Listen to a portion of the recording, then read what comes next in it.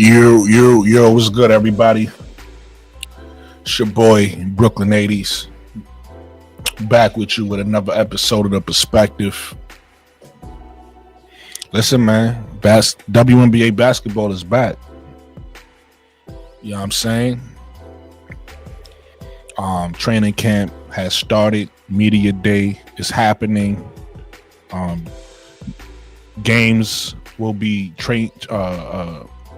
preseason games will be played within the next couple of days, so we get to see how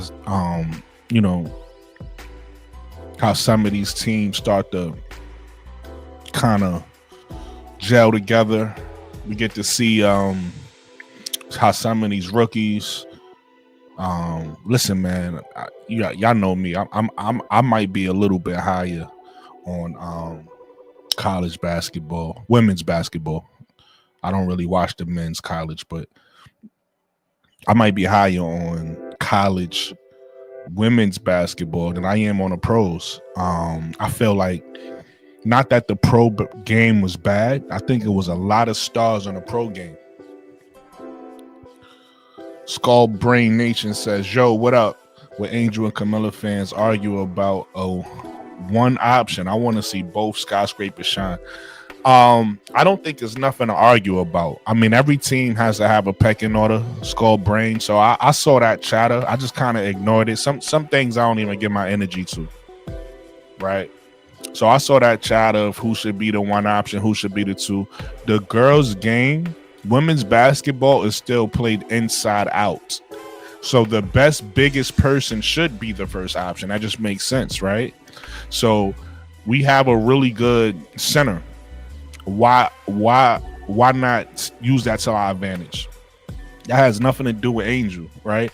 And Angel is the type of player, we seen it in Unrivaled. She don't have to be the number one option to get hers, right? She wasn't the number one option in Unrivaled, and she still was putting up numbers that was making people say, what the F?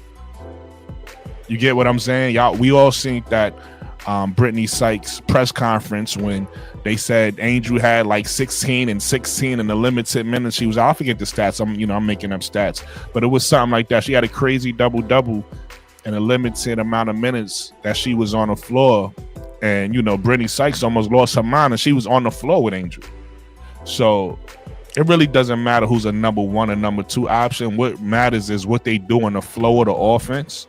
And I think including Kamilla into the flow of the offense this year, she wasn't ready. See, a lot of people, and this shows basketball IQ. I think the people that was really crashing out was probably Chicago Sky haters, because anytime a Chicago Sky hater got, if they get any ammo, they can't wait. That shows you how much they love the Chicago Sky, right? They that shows how much they really love the Chicago, or it's just anybody. If you hate somebody, that one thing I hate about, or I shouldn't say I hate about, but a pet peeve when I deal with women.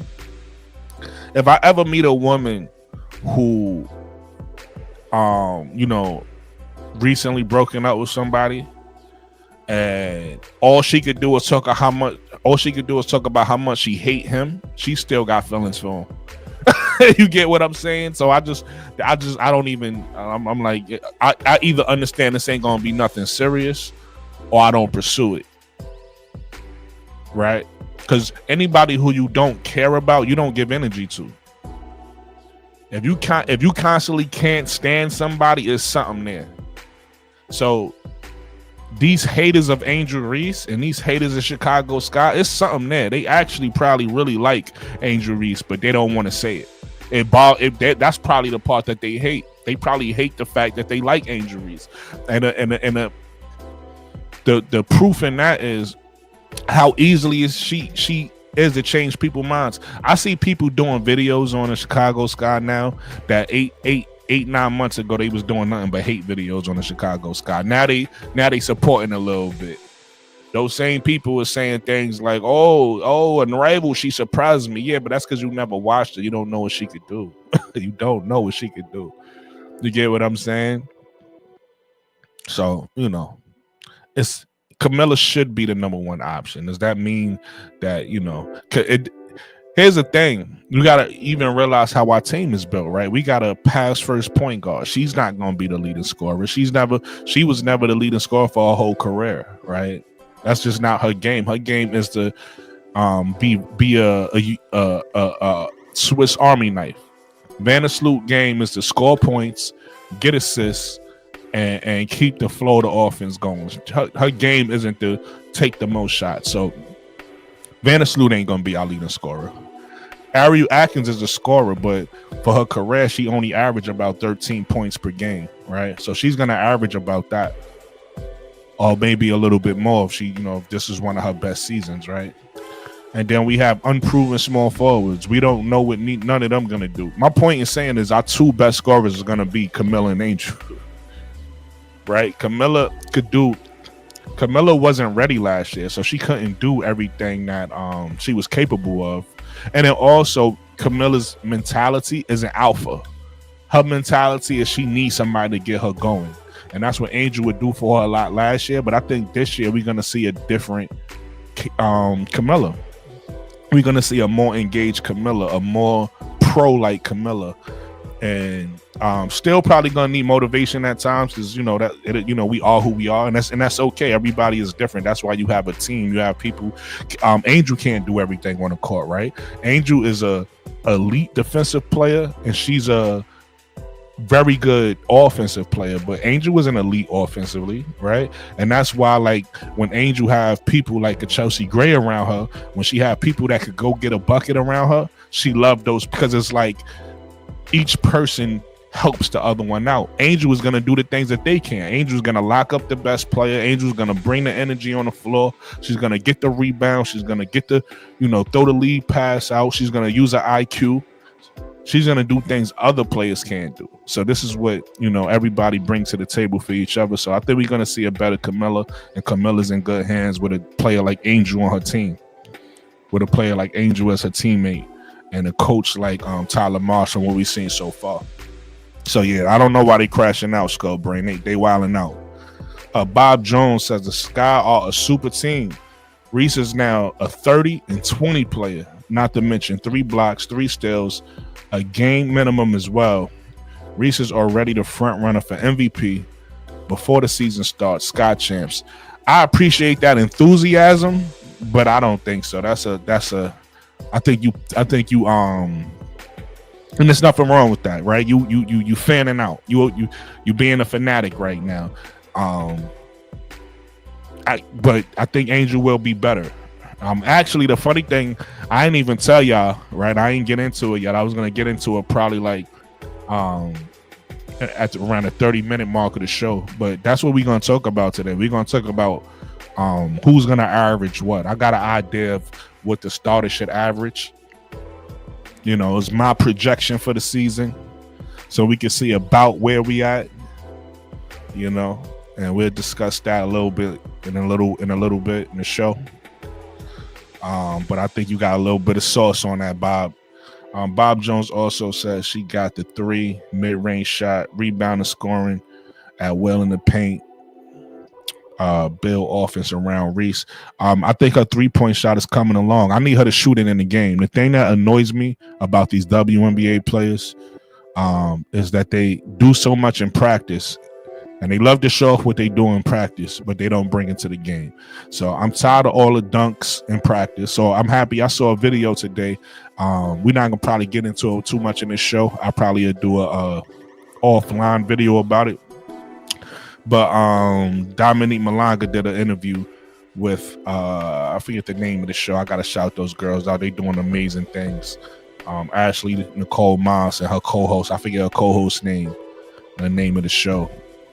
But anyway, Dominique Malanga was on that show, and Dominique Malanga talked about her dunks going viral, and she talked about not dunking no more in practice, and her next dunk that gotta go viral gotta be in game and possibly on somebody. And that's what I want to hear. I'm tired of all these players showing me what they could do in practice. I don't care anymore. So yeah, Angel do got the 3. I see it a lot in practice. She need to bring it out during the season. If she shoot the 3 during the season, or even a midi during the season, I'm happy. I'm happy, but I need to see it during the season. I'm tired of seeing it in practice. Danielle Williams says, those are stands that's mad about it. That's a fact. Those are stands. Like I said, a lot of times when you talk about how much you hate a person or whatever the case may be, it's still some type of feelings there. You feel me? So just like I'm sure they watching right now, because I only got about 6 people commenting, but I got a lot more people watching me right now. So it's probably some of them stands. You know what I mean? Listen, if you a stand and you watching this, we're not beefing. Come holler at your boy. Come talk to me. You know what I mean? You got I'm friendly. You dig? I'm friendly. But yeah. Training camp started. And we're gonna see how some of these rookies look. I'm gonna tell you like this too, man. Everybody look good. Everybody look good to me. The team, I can't say I see a team. I mean, obviously we know certain teams don't have much. I'm gonna be honest. The weakest team and they still look good. Don't get it twisted. But the weakest team I probably saw scrimmaging is probably the Valkyrie. But every team still look good to me. Pardon me, I got allergies, y'all, so I'm a little stuffy. Pardon my allergies.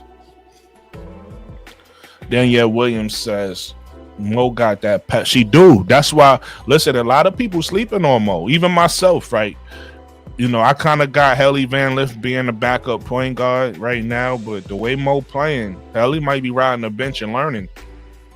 She might have to learn from these vets, right? Because I like what I'm seeing. To your point, Daniel, I like what I'm seeing from Mo Jeff. Joseph says, Bob Jones, get a grip. Angel isn't making the All-Star team. She'll need to rest.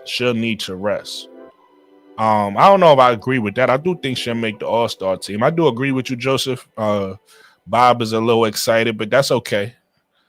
You know, let Bob be excited.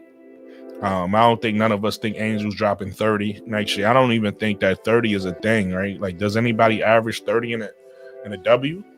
I'm not sure. I never seen it. But I think she will be better. But I do think she'll make the All-Star team. Angel, listen, regardless of whether people like it or not, Angel is one of the best bigs in this league. Even though she struggled, even though, you know, she had her hang-ups on the offensive end. She's one of the best bigs. So Dominique Williams says, laughing my ass off. Joseph, why wouldn't she make the All-Star game? Yeah, I don't understand that. I think a lot of people still doubting Angel. One of my good friends, shout out to Pro Fan Talk, he always have great analysis on the game, but even he feels like Angel's gonna take a step back, and I don't agree with that. You know, I disagree with that. I think Angel is gonna take a step forward. I think the fact that she's gonna be more efficient, I think efficiency alone is gonna make us take a step forward. So I don't really know why people I think Angel showed you last season that you shouldn't doubt her. Right? Like, so I don't know. I guess people need a reminder. What was his reasoning? He dropped a video. I think his reasoning, I'm not sure. He'll probably pop in here at some point and then he could explain it. I think, though, if I could speak for him, I think he was saying because Kamilla is going to take a step forward and they're going to play through Kamilla and it's going to be a different offense, she's going to end up taking a step backwards. I think he thinks Kamilla getting better is going to affect Angel a little bit. Maybe even a lot of people even think that, you know, because, you know, the narrative on her that she rebounded a lot of her own misses. A lot of people even think that her becoming more efficient is going to mean less rebounds for her. But they don't realize, like, that was her misses is the small sample size of her rebounds. Her rebounds was mainly from other people. So, but I think that was his reasoning. I'm not sure. I just disagree with it. Danielle Williams says, but they didn't play through Angel last season, though. They didn't. And that's what I'll be trying to explain to people, too. People got to realize Kennedy isn't here no more. Most of them shots went through Kennedy, and everybody else got theirs. So I think the same shot attempts Angel got last year, she going to get this year. And that was around 11. That was around like 10, 11 shot attempts. So I think her shot attempt was really not going to change that much. Like I said, I think Kamilla is going to be the go-to person. I think Angel is going to be the next go-to person. So I agree with you. I don't really think her shot attempt is going to be effective for real. So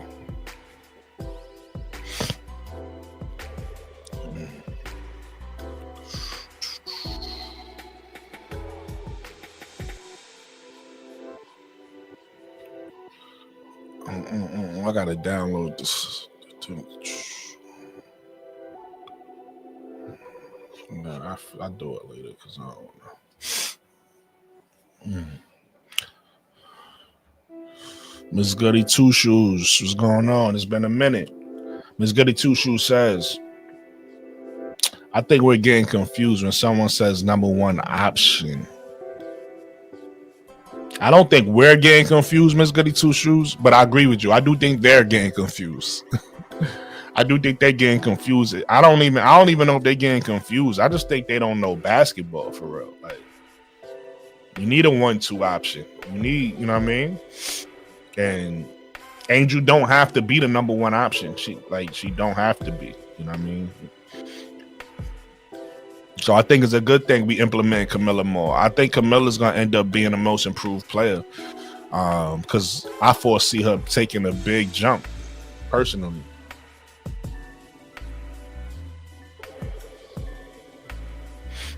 Danielle Williams says, it's a good strategy to me because Kamilla does not need plays ran for her. She don't need them, Danielle, but if she gets them, it's going to make her more dynamic. You got to realize she's 6'7". See, the thing about Kamilla is she's 6'7". She got touch. All she needs is more moves, right? All she needs is more. She needs to get comfortable with the physicality and the moves, the drop steps and all that. But she could score. And one of the most underrated skills about Kamilla is how well she passed out of the post. So she's going to open up 3-point shooting, right? Everything she gets, she's not going to try to score. Camilla's a willing passer out the post. So she's going to be hitting players to knock down a three. You know what I mean? And then also Kamilla and Angel do that big to big a lot passing. So that's gonna be really interesting too. I think Angel is gonna be much more of a playmaker this year as well. She's gonna be passing the ball a lot more. Skullboro Nation says, I'm not worried about Angel or Kamilla. I want to see how our guards look and Tyler offense look. Facts. Real money, my guy. What's going on?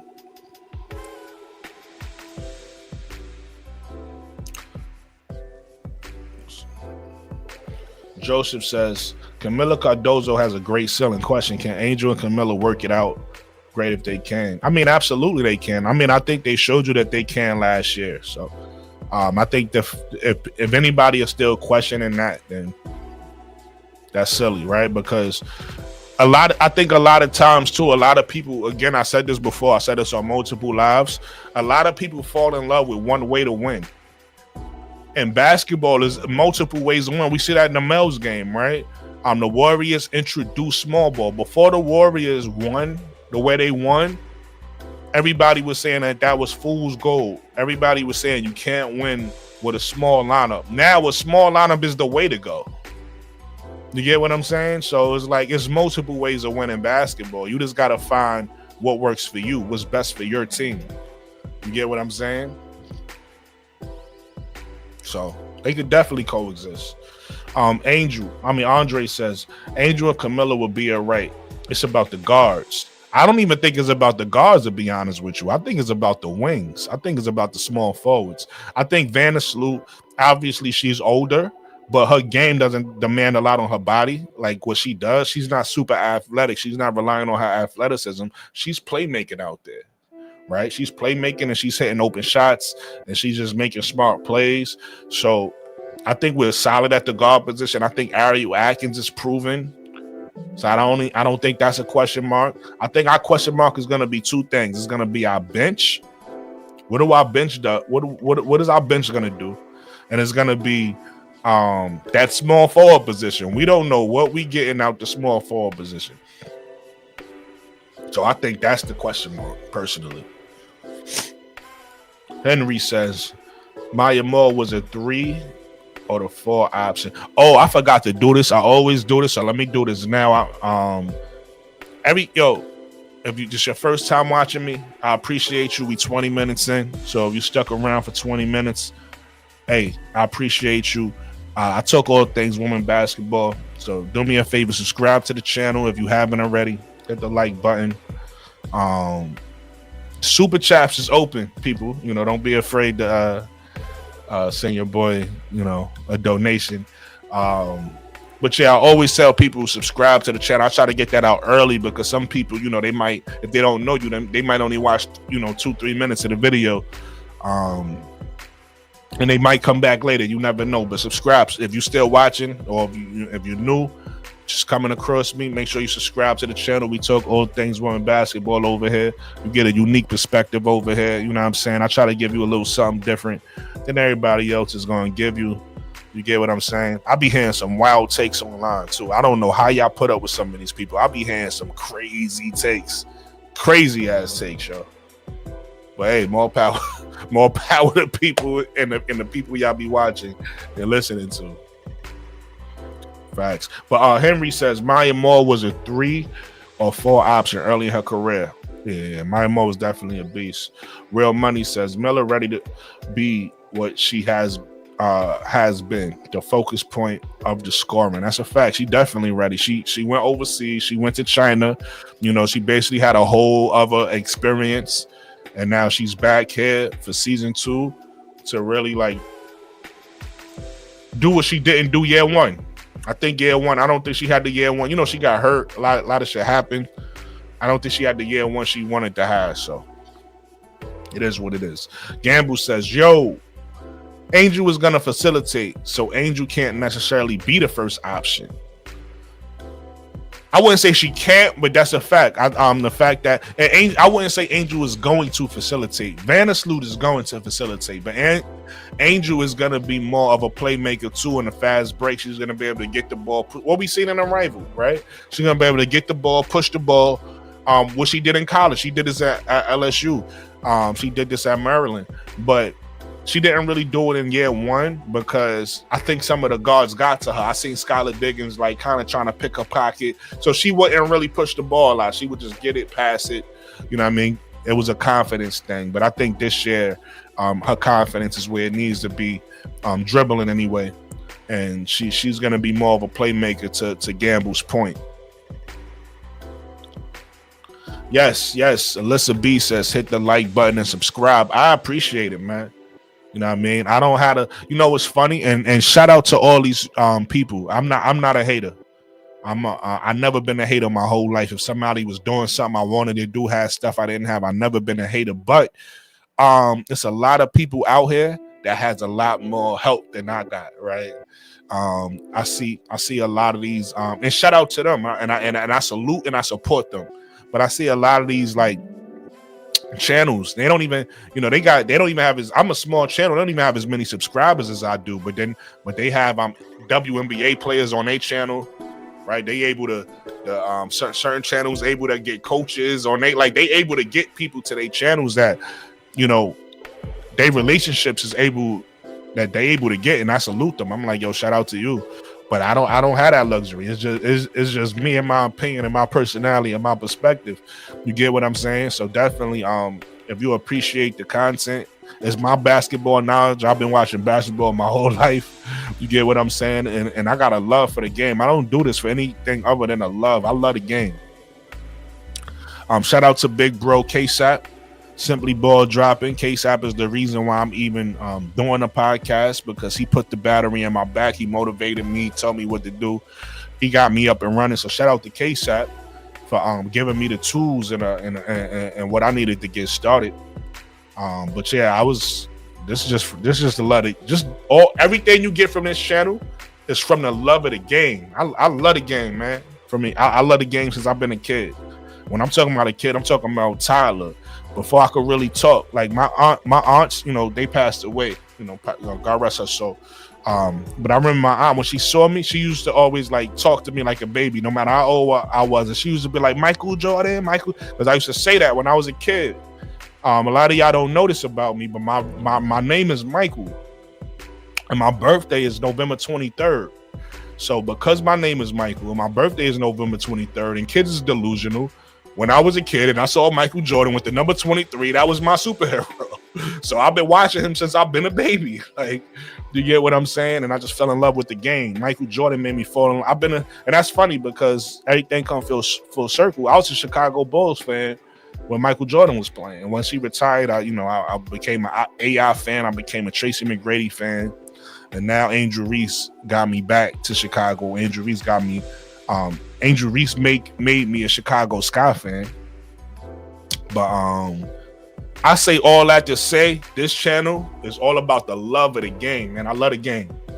I love the game. So that's where my analysts come from. That's where this my IQ come from.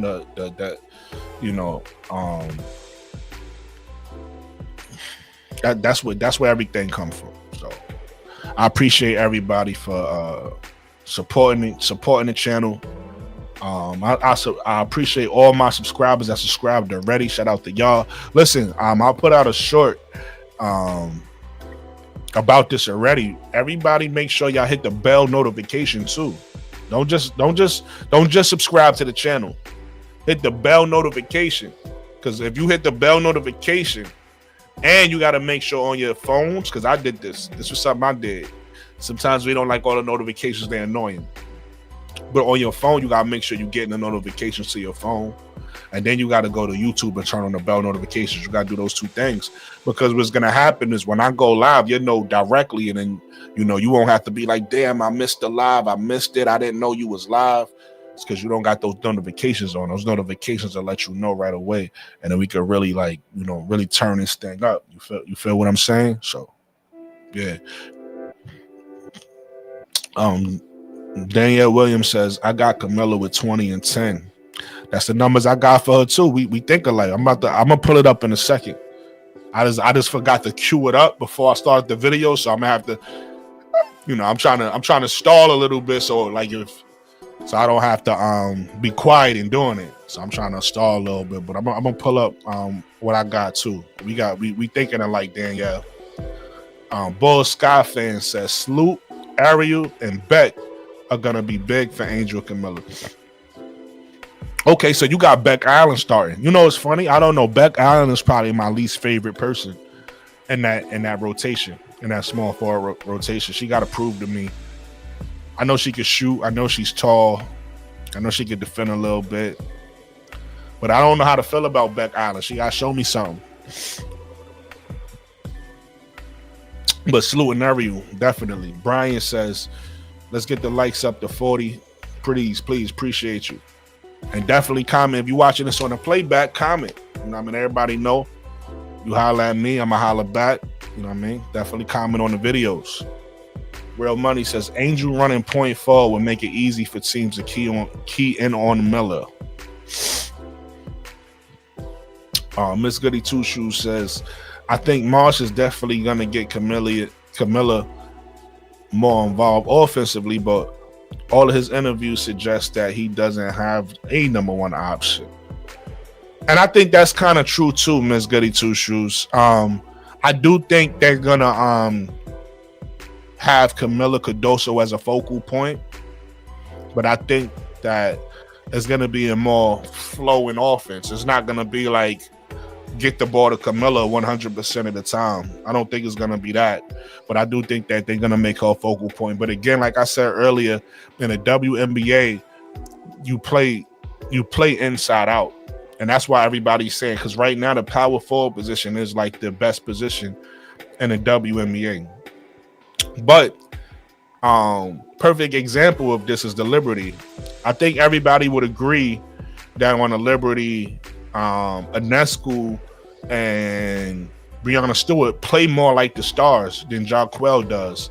But in order for the Liberty to win a championship, they had to play through Jonquel. You get what I'm saying? Nobody, and that shows you how much people like just want to hate on the Chicago Sky, or people overly love Angel Reese. Because I love Angel Reese too, but don't get it twisted. I understand basketball. Just because you the number one option don't mean that you quote unquote the best player, or don't mean that you quote unquote Kobe played with Shaq, right? And don't get it twisted. I do think Shaq was the best player when they played together. But Kobe could have did a lot more. It was just smarter to dump the ball into Shaq and let Shaq eat. If you want to win a championship. Like I just said, Jonquel Jones, to me, the difference in them losing to the Aces and beating Minnesota was playing through Jonquel Jones. Not playing through Sabrina Ionescu. Not playing through Breanna Stewart, who both sucked, by the way. And was playing through Jonquel Jones. So I think it's kind of smart for the Sky to play through Kamilla and to let everybody else eat off that. Donna Cox says, Brooklyn, how are you? I'm doing well. How you doing? I'm Donna Cox. Appreciate you. It's not the masses, it's the message you deliver. Keep up the good work. Everybody hit that like button. Y'all heard her. I appreciate that. And that's a fact. That's a fact. I ain't complaining about it. I understand, like, everybody put in the position they put into.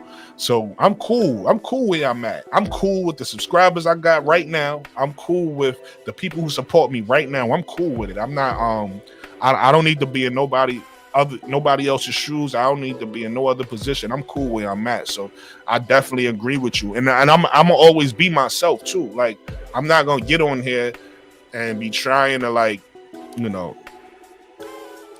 I'm not gonna get on here and try to say things I think people want me to say, or I think people gonna agree with. That's not how I give it up. I'm always get up here and give you my opinion. I don't care if everybody disagree with me. I don't give a fuck. If it's how I feel, y'all gonna get how I feel. You get what I'm saying? I think y'all know that about me by now. I think y'all seen that. I don't care how nobody feel. If I disagree with something, I'm gonna speak up on that, and I'm gonna say how I feel, respectfully. Always respectfully though. You get what I'm saying? And if I'm wrong, I admit it. Like, there's been times where I could point out a couple times where shout out to Showtime. I've been thinking about this lady because the Clippers is playing well and Kawhi Leonard playing his ass off. I remember being on Showtime panel, and that shows how Showtime is a fan. Like, I gotta give him credit because he stood 10 toes down for his Kawhi Leonard and his Clippers. And I'm like, yo, that brother need to retire. That's how I felt at the beginning of the season. I was tired of it. I'm over the you hurt. I'm hurt. You know, I'm hurt. Nigga always hurt. Retire. But now he proved me wrong. I was wrong. That's something I was wrong about. So I can admit when I'm wrong and not give a fuck either. You know what I'm saying? That's what it is. Joseph says, Miss Goody, Sloot or Hailey should be able to change that with quality passes. Skullbrain Nation says, can't wait for Friday. We're gonna see what the team look like and what. Listen, yes, let's be clear, because people do this all the time in basketball. They do it in the NBA. I'm sure they're gonna do it here. We're not gonna know what none of these teams really look like. Let's be clear, until like probably All-Star break. That's when we're gonna really know. Just because a team have a good game opening night, that don't mean, or a bad game opening night, that don't mean anything, right? Some teams hit the ground running, and you know what I mean. Sometimes teams don't click right away. So yeah, we're gonna get an idea. We definitely gonna get an idea, but we're not gonna know. You gotta watch these teams for a good month, or two. You know, maybe month and a half, somewhere around there, and then you're gonna get an idea of who is what. Don't let the first week fool you, please. Jean Grace says, Kamilla Cardoso never averaged 20 points in her career. Maybe not Jean Grey, but we got to keep this in mind. And when I say 20 points, it don't have to be 20 for me. But she's going to average around 20. It's going to be 19. I don't see her no less than 17 points. So it's going to be either from 17 to 20, right? And you got to think about it like this. She wasn't even featured last year, and we hardly went to her last year. She didn't get a lot of attempts last year, but she averaged 10 points. Now we talking about a season where she might be the first option. That 10 is definitely going to jump to something. And then I put up, if you go look at her averages, there's certain games where she got 18 points, 22 points. You know, in those games, she only put up 11 attempts. So you telling me she can't get 11 attempts this year? And she was getting 18 and 22 last year with 11 attempts. And out of those 11 attempts, all she made was 7 shots, 8 shots. So you trying to tell me that Kamilla, 6'7", can't make 7 or 8 shots? She gets to 18 and 20 easy. And then that's not even talking about her getting fouled, her playing through contact, her being good at the line and shit. Kamilla scoring 17, 18, 19, 20 points is gonna be super easy for her. That's gonna be easy, ain't it? Miss Goody Two Shoes says, Joseph, what are you talking about? I believe he's made that decision based on strategy. There's no one to shut down because everyone is a threat. Jean Grey, Kamilla Cardoso never averaged 20 in her career, not even in high school. Said it twice. Danielle Williams says, so that means she can never do it? That's funny. Jean Grey says, I doubt she ever does it. Okay, we'll see. Listen, again, when I say 20, it don't have to be 20. I'm talking about around 20, like in that ballpark. Maybe she don't get to 20. You may be right. Joseph says, Miss Goody, Angel isn't a threat until she can finish. Okay, you're gonna be surprised. You're gonna be surprised, Joseph. You're gonna be surprised this shit. Because Angel, just so you know, Joseph, I don't know how much you ever watched Angel. Last year, that wasn't normal for Angel last year. That was like an anomaly. Angel typically shoots 50% from the field. So if you don't believe in her, you'll be surprised. That's all I'm gonna say. I'm not mad at you, Joseph, though. You know what I mean? Everybody in my chat, in my channel, don't have to be an Angel fan. I feel you, brother. But I just disagree with you. Gamble says, need to see a few more. This Goody Chusu said, Joseph, Angel is always a threat. Andre, Angel reached her average 20 and 13. Okay, I could maybe. I don't have those. I got close. My numbers for Angel was 18 and 13, so I'm not off on that. I mean, I'm not too far off on that. But I don't see both of them averaging 20. I think one of them averaged 20. I think it's gonna be Kamilla. I think Angel. See, all right. So here's my thing about Angel. To Gamble's point earlier, I think Angel is gonna be more of a point forward this year. She's gonna be playmaking a little bit more this year. So I think Angel's gonna affect the game, probably with over 20 points, but she might not actually average it herself. Kind of like Vandersloot. Vandersloot don't score a lot of points, but she affects the scoring with the way she passes. And I think so I think with Angel's efficiency, getting back to Joseph's point, I think Angel's gonna be more efficient this year. So I think that's gonna affect her scoring. I think her scoring will go up because she will be more efficient. But I don't think she's gonna score that much because I don't think she's gonna be so focused on scoring. I think she's gonna score because it's Angel, and Angel's gonna score. But I think she's also gonna be out there facilitating. She's gonna be out. We seen it on Rival, right? We seen it on Rival. So I think I see more around 18 and 13, me personally. But I'm not mad at how you feel, Andre. Futurista says, I think Angel Reese is gonna be the 6th man this season. Not hating, it's just what they're saying.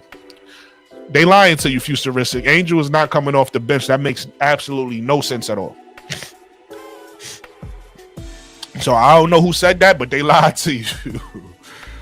Listen, one thing about our starting lineup, the positions that solidified is point guard, shooting guard, power forward, center. Those people are starting. Vandersloot is starting. She don't have a threat at not starting, right? The only way Vandersloot doesn't start is if her age start to get the better of her. Ariel Atkins is starting at the 2 people. Nobody is starting over Ariel Atkins. She's a proven vet in this league, right? Angel Reese is one of the best power forwards in this league, whether people like it or not. I know people don't want to like it because they don't like Angel. She's one of the best. She's one of the best. You got to realize it's 2 sides of a basketball.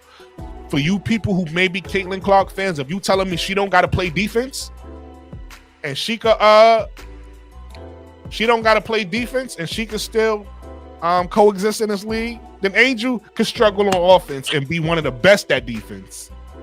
And she could be a star in this league. Angel is one of the best in the league at defense as a rookie.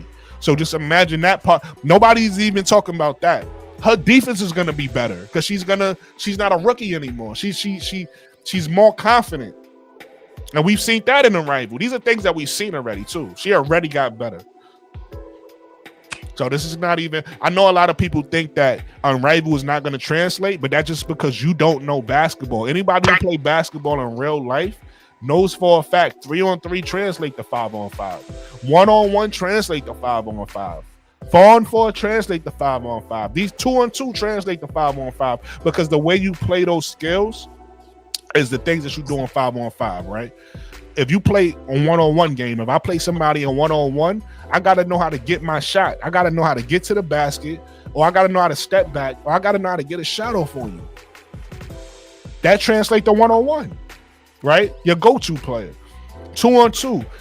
There's 2 ways to play 2-on-2. Either you're going to have a small and a big, pause, and you're going to probably do a lot of pick and roll game, right? Again, I apologize. I got allergies, y'all, so excuse me. But the pick and roll translate to 5-on-5. We do know that, right? I don't have to explain that to you. Or it's 2 smalls, right? 2 shooters, and one player spaces out for the other player, and the other player beats their guy, try to get to the basket, try to force a double team. You make the pass, the person hits the shot. I don't have to explain that. If you know basketball, right? That's basketball. Drive and kick. 2-on-2 translate. 3-on-3 also translate. You want to know why? Because what 3-on-3 just brings back what I just said, the pick and roll game. And if you know anything about defending the pick and roll game, you need 3 defenders to defend 2 people. You need 3 defenders to defend the pick and roll correctly. You get what I'm saying? 3-on-3 translates to 5-on-5, and so on and so forth. 4-on-4 obviously translates to 5-on-5 because that's damn near 5-on-5, right? And 5-on-5 is 5-on-5. So my point in saying all that is people don't want to believe their own eyes. Angel already did it in front of you. People saying she got to put the ball in the basket. She did it. She was more efficient and unrivaled. People were saying she had a Hall of Famer, Lisa Leslie, trainer on. She had a Hall of Famer. She had a Hall of Famer, Lisa Leslie trainer, and she was going against MVPs and All-Stars. So for you guys who don't believe your own eyes, I just broke it down for you. Somebody who knows basketball, those things translate. Because I know people like to lie and say, well, we didn't see it versus 5-on-5. You don't have to. It translates.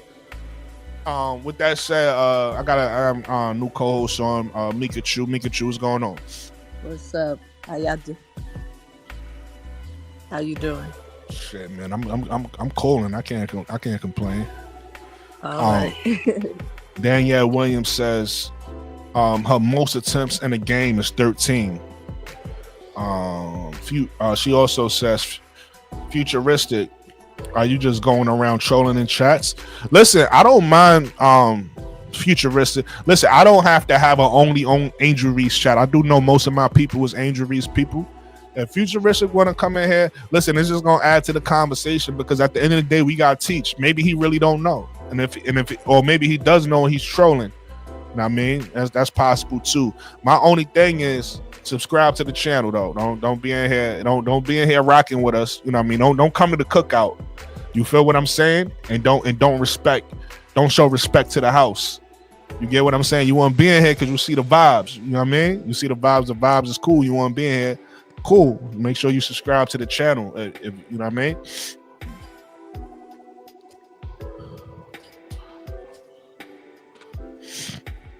So what you dealing with tonight? We're gonna talk a little training camp stuff and all that, but I'm trying to get to these comments right now. Oh, hi. You could answer some of them too. I don't gotta answer all of them. If you see something you want to chime in on. Smoke Junior says, somebody please ban Futuristic. He's over there at Broadcast channel saying the same nonsense. He don't gotta be banned, Smoke. He ain't disrespect nobody, right? Like, he giving his opinion.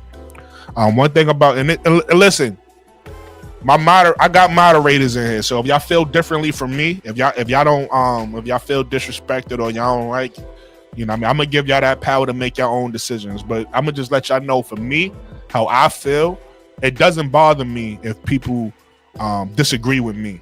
It doesn't bother me if people aren't Angel Reese fans. It doesn't bother me if Clarky's the thing that the thing that I don't stand for is hate. If anybody come in on something hateful, then I ain't gonna tolerate none of that. But if you just have a difference of opinion than me, I can't be mad at somebody for saying that their opinion is different than my opinion. You get what I'm saying? We just gotta disagree. I don't know what they talking. I think they giving numbers. I think they giving their numbers. It's funny because I ain't even say I'm gonna talk about this, and that's the funny thing. That this is what we're gonna be talking about in a second. Is when I pull that up. I gotta let me get through these comments real quick. Danielle says, Smoke, he's going to all the chats doing that. Let him rock. Let him rock. I ain't worried about him. Gamble says, Angel need to be more like Lamar Odom and just do a little bit of everything. CD says, reportedly, Angel took up a new job as a bricklayer. Oh, okay, yeah. It's the trolls. Look, bro, look, this is what we're gonna do. I know exactly how to handle that. Take a look at the comments, Mikachu, and answer some of these comments while I do this real quick. This is gonna take me away from the screen. All right. Go ahead. You talking about like numbers that you think you're going? Chicago is going to average. I think they talking about Angel right now. They saying what they think Angel gonna average in season 2. But yeah, I'm that's actually what I'm gonna get into. What you just said in a second when I pull up. Okay. When I pull up what I pull up.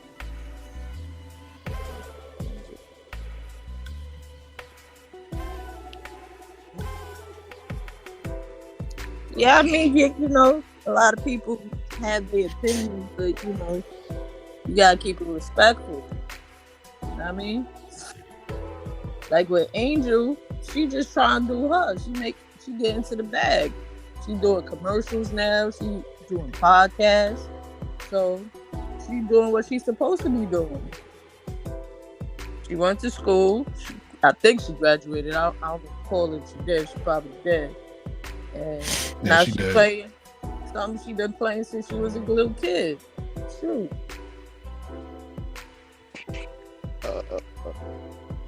We know how to solve that.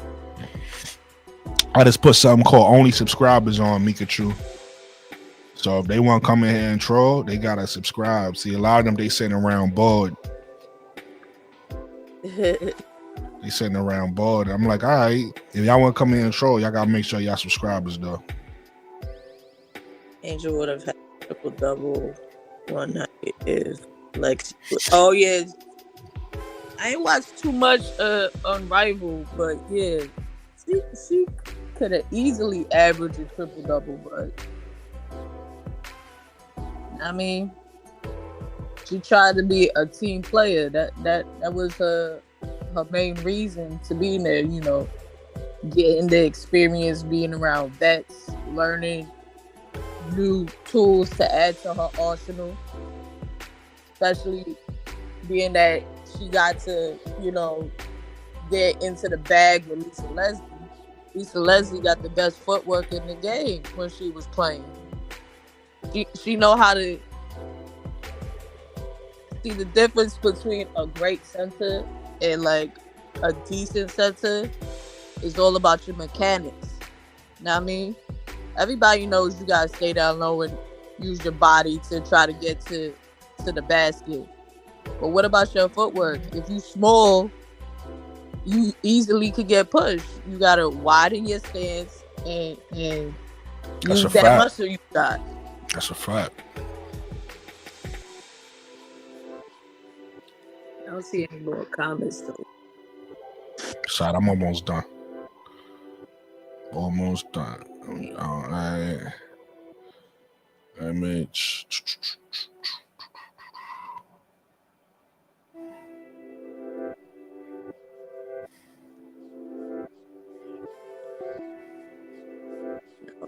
Myself starting.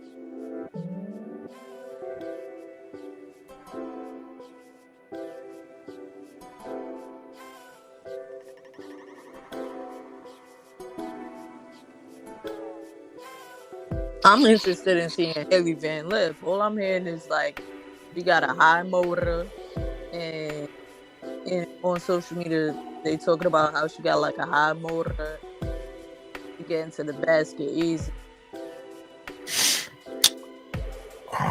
I mean, playing against these I guess practice players, they got a lot of dudes playing during the practice, so you could get in tune with the physicality. It's still nothing compared to actually running up and down on the court. I do get on the team season. Know what I mean? What you said? I didn't hear you. Say it one more time. I said I'm interested in seeing how Hailey Van Lith is gonna do during the season, because they talking about how she has a high motor. Yeah.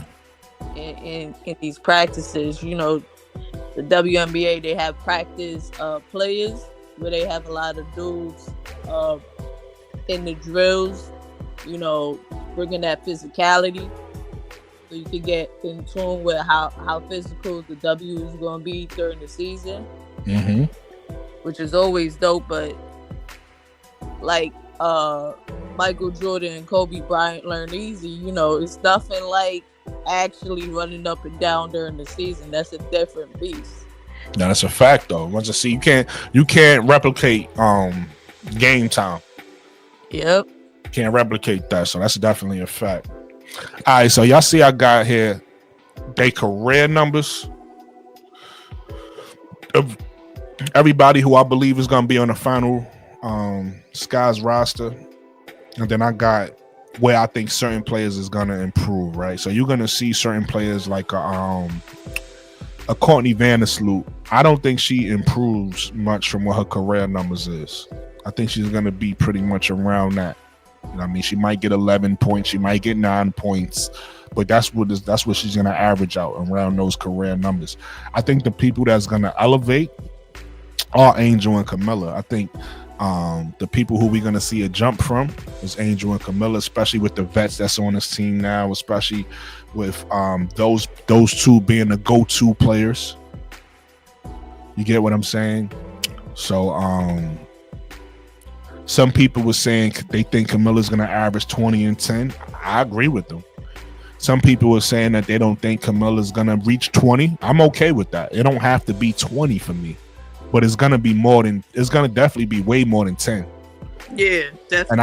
And I don't see 15 because she could get 15 in her sleep. Yep. So I think it's gonna be somewhere around that 20. It might be 19 points, it might be 18 points. She might average 18 points. I'm cool with that. You get what I'm saying? And she's gonna get somewhere around those 10 rebounds. Like I said, it might not be 10 exactly, it might be 9, it might be 11. But that's what she's gonna average this year. That's what I'm projecting. That's what I think I'm gonna see by All-Star break. I think this is kind of what the numbers is gonna look like. Angel, Angel's a rebounder. She's gonna rebound the ball. That's one thing she's gonna do. So I got her at 18 and 13. I didn't put the assist numbers up there because I'm not sure how much she's gonna be facilitating. So those assists could be low. Because you got to realize sometimes your passes don't always equate to assists either. I think she's going to pass the ball a lot, but I don't know. She never really averaged high assists. That's just never been part. She always been a great passer. She always passed the ball, but she never averaged high assists because for her, it's not about the assists, it's about the right play. So I'm not sure how much assists she's going to have. So that's why I didn't put assists up there. It could be anywhere between, on the low side, it could be 2. On the high side, she might average somewhere around 6, 7. You get what I'm saying? So I don't know what she's going to average assist-wise, but I see for Angel, I see 18 and 13. And then everybody else, Ari Watkins, Courtney Vandersloot. I don't know who's going to play the 3, so that's why I put 3 options up there. It's either going to be Michaela, Kia, or Rebecca. But I think they're going to hit around their season averages too.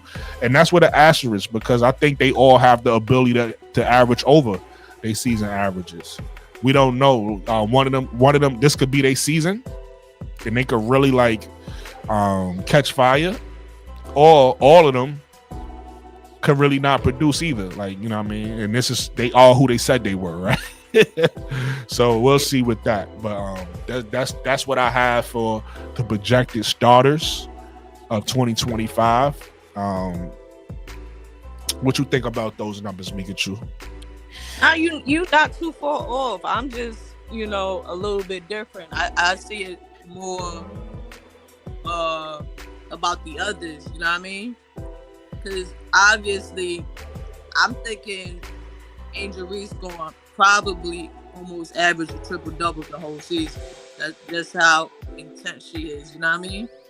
And Courtney Vandersloot, I see more assists than actual points because of the weapons that she has around her, because she doesn't have to usually, get to the basket like that. Maybe, a couple of fast breaks or somebody slacking off of her because she passing too much, make them respect her, so she start draining shots and shit like that. But I think her points would be less than 10, but her assists would be a little bit higher. So I can see, probably around, I want to say 8, but that's just me being a little bit biased, but 8 points, damn near 10, close to 10 assists. And what did I say? I think I said something about her rebounding. She likes to rebound too, probably 3 or 4 rebounds a game. Yeah. A lot of people, you would think they might try to get one of them in foul trouble, Angel and Kamilla. So then you're going to have to need other players to rebound. But don't forget about Elizabeth Williams. They got Elizabeth Williams right there. So yeah. I think they're gonna be straight as far. And I agree. Listen, I don't think you said nothing wrong. I'm not mad at nothing you're saying. But as far as our big rotation, as far as Angel, Kamilla, and Elizabeth, defensively and rebounding, we don't got nothing to worry about. We're gonna get rebounds this year. And we're going to defend. That's one thing we're going to do because Angel is one of the best defenders in the league. Kamilla Cardoso is one of the best shot blockers in the league. And Elizabeth Williams is just one of the toughest players in the league, period. So with those 3, we was the best rebounding team last year. And that was competing with your team, the New York Liberty. Right, we was one more than y'all, slightly beat y'all, and then I was beating the Dallas Wings, who got 2 6-7s. You know what I mean? Was coming in last year off the bench. So with Dallas not being as strong as they was last year, with Kalani Brown going to Phoenix, right? And you guys still staying the same. You guys really are only competition. You and I got to give maybe Atlanta, even though BG is not really known for her rebounding, right? She's more known for shot blocking. But I don't think she rebounds the ball that well for somebody her size. So, but Atlanta was another team that was kind of right behind us, and they got 2 bigs. They got Brianna Jones and BG. So they might challenge us on the rebounding front. It might be you guys, it might be the Liberty, and it might be the Dream that challenges us for rebounds this year. But I think we're going to ultimately be the best rebounding team because we got Angel Reese. And then defensively, we got to be top 5. We got to be a top 5 defensive team, right? Yeah. And I think that's doable with the players we have. We have players who is willing and want to play defense. So I think we will be, hopefully a top 5 defensive team, but we definitely going to be number 1 rebound. So we're going to be a top 5 defensive and rebounding team, hopefully.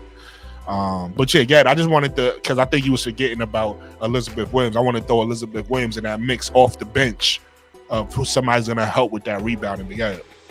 Yeah. Nah, I'm with you on that. I do like Elizabeth Williams' size, and I think she's definitely going, like, rebounding gonna be crazy. I see, but like I like more points because I'm an assist a point guard type person first. So I like assists and rebounds. A lot more defense too. Cause y'all got some intense players right now. Y'all got aerial actors who love to play defense. I don't know about Kia Nurse because she plays defense. Off injury, but she does. She from UConn. Of course, she know how to play defense. Yeah. But yeah, as far as the points, you're not too far off. I'll just add a little bit here, a little bit there to make it more of the others contributing to Sky's success. Yeah. Whereas you got your bread and butter from your stars, which is your young stars, Angel Reese and Kamilla Cardoso. And then you got these veterans helping them to, keep their mind right while they, trying to contend for a championship. No, that's a fact. And also to your point, I had to guess, right? I'm just projecting, maybe I could be off, but I was projecting numbers that we may be going to see from Hailey Van Lith and Maddie Westbill. So that's why I put the 7 points. Actually, Dana Evans, before she left this team, she was averaging for her career, not last season, for her career, she was averaging 7 points and 2 assists. So I just plugged Hailey name there because I think she can accomplish that off the bench. 7 points and 2 assists sound like numbers that she can do. And again, that's just projection. We don't know what type of season these players are going to have. She might come out and play well and average 12 points and 3 assists. You get what I'm saying? Or she might have a bad season and she averaged 5 points, 2 assists or something. You never know. But I think 7 and 2 is a good projection for her. And the same thing with Maddie. I think Maddie makes a team, but I don't know how many minutes she gets. And because I don't think she's going to get many minutes, that's why I put 4 and 3. Mariah Jefferson, I don't know how many minutes she's gonna get. But if she gets the minutes, if Mariah Jefferson is healthy and she's playing like her normal self, then that's gonna affect Hailey Van Lith, right? I mean, Hailey Van Lith will probably still get some minutes because she could play the 2 and the 1, so she might still be out there. But I think Mariah Jefferson is gonna play if she's playing well. You know what I mean? I think a lot of people is writing Mariah Jefferson off as if she's done, and she may very well be. I don't know, but I'm not going to say that till the season starts and she shows me she can play. But right now, if she could play 9 points, 3 assists off the bench, she's going to back up Vandersloot. She's going to be the backup point guard for Vandersloot, and then they just going to have to find minutes for Hailey, maybe at the 2, because let's just say Michaela Onyenwere is starting at the 3. Kia Nurse is going to get minutes off the bench too. So Kia Nurse and Hailey Van Lith is probably going to split their minutes. That's if Mariah Jefferson is playing well. But if Mariah Jefferson is not playing well, then that's going to be minutes that's open up for Hailey, and then Hailey is going to be able to show what she can do at this level. And I think Hailey is going to have an amazing rookie season. I think Rachel Banham rides the bench. You know what I mean? I don't think she's going to get many minutes. You know what I mean? Most of these teams, they play an 8-9 person rotation. So that means at least 3 to 4 people is not going to get minutes. So if I had to guess the people that's not going to get minutes, if it's a 9-man rotation, I'm going to say Maddie Westbell. I'm going to say Rebecca Allen. And I'm going to say Rachel Banham is probably going to be the 3 odd people out.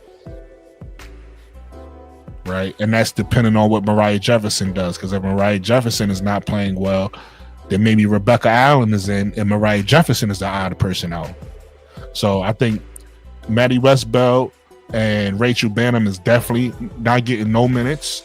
And I think that the two people that might get minutes is between Mariah Jefferson and Rebecca Allen. And I could be completely wrong on that because, again, when you look at our small forward rotation, Michaela Onyenwere, Kia Nurse, Rebecca Allen, I don't know which one of them is going to step up and be good. But right now, my money is on Michaela Onyenwere and Kia Nurse. What you were saying, Pikachu? Rebecca Allen definitely going a lot more. Say that one more time. You broke up a little bit. I was saying that Rebecca Allen is definitely going to get a lot more minutes because her offensive, like her shooting ability, is definitely going to keep her on the court because she has that in her bag. I've seen that when she was on the New York Liberty, so that's why I got mad respect for her. But I think it depends on how healthy Kia Nurse is. You know what I mean? I think those two will be like subbing in for each other depending on who. That's what I was going to say. And I'm not disagreeing with you, but if you take a look at Michaela Onyenwere, the kid, because they all play in the same position. Yeah. The only difference is I think Rebecca Allen, well, you can say this about Michaela too. Rebecca Allen and Michaela both could play a little bit of their backup four. So that gives them a little bit more leeway with minutes. But I was going to ask you, like, who you have? Do you have one, like, out of those three, what's your who you have starting and who you have coming off the bench? Like, who do you have, like, maybe not getting as many minutes out of those three? Well, I'm seeing they're going to start with Michaela. I think that's how you say her name. They're going to start with her and then see how that rotation goes. And it's probably going to be Kia Nurse with the somebody coming off the bench to replace. Or would be Rebecca Allen. That's just me because I haven't really seen too much of Michaela's game, to be honest. She played for you guys too. You don't remember?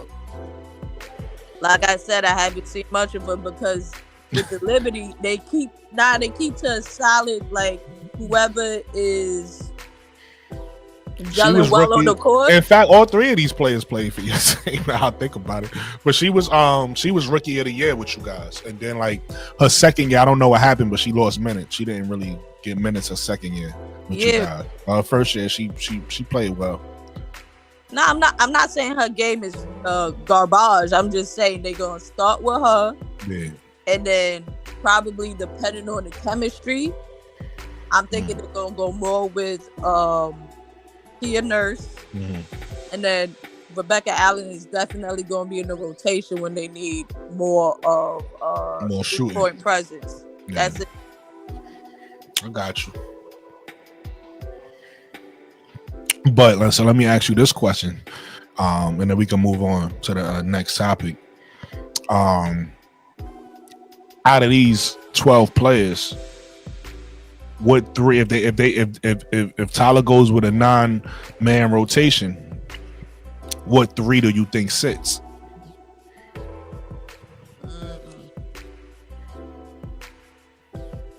Let me get closer.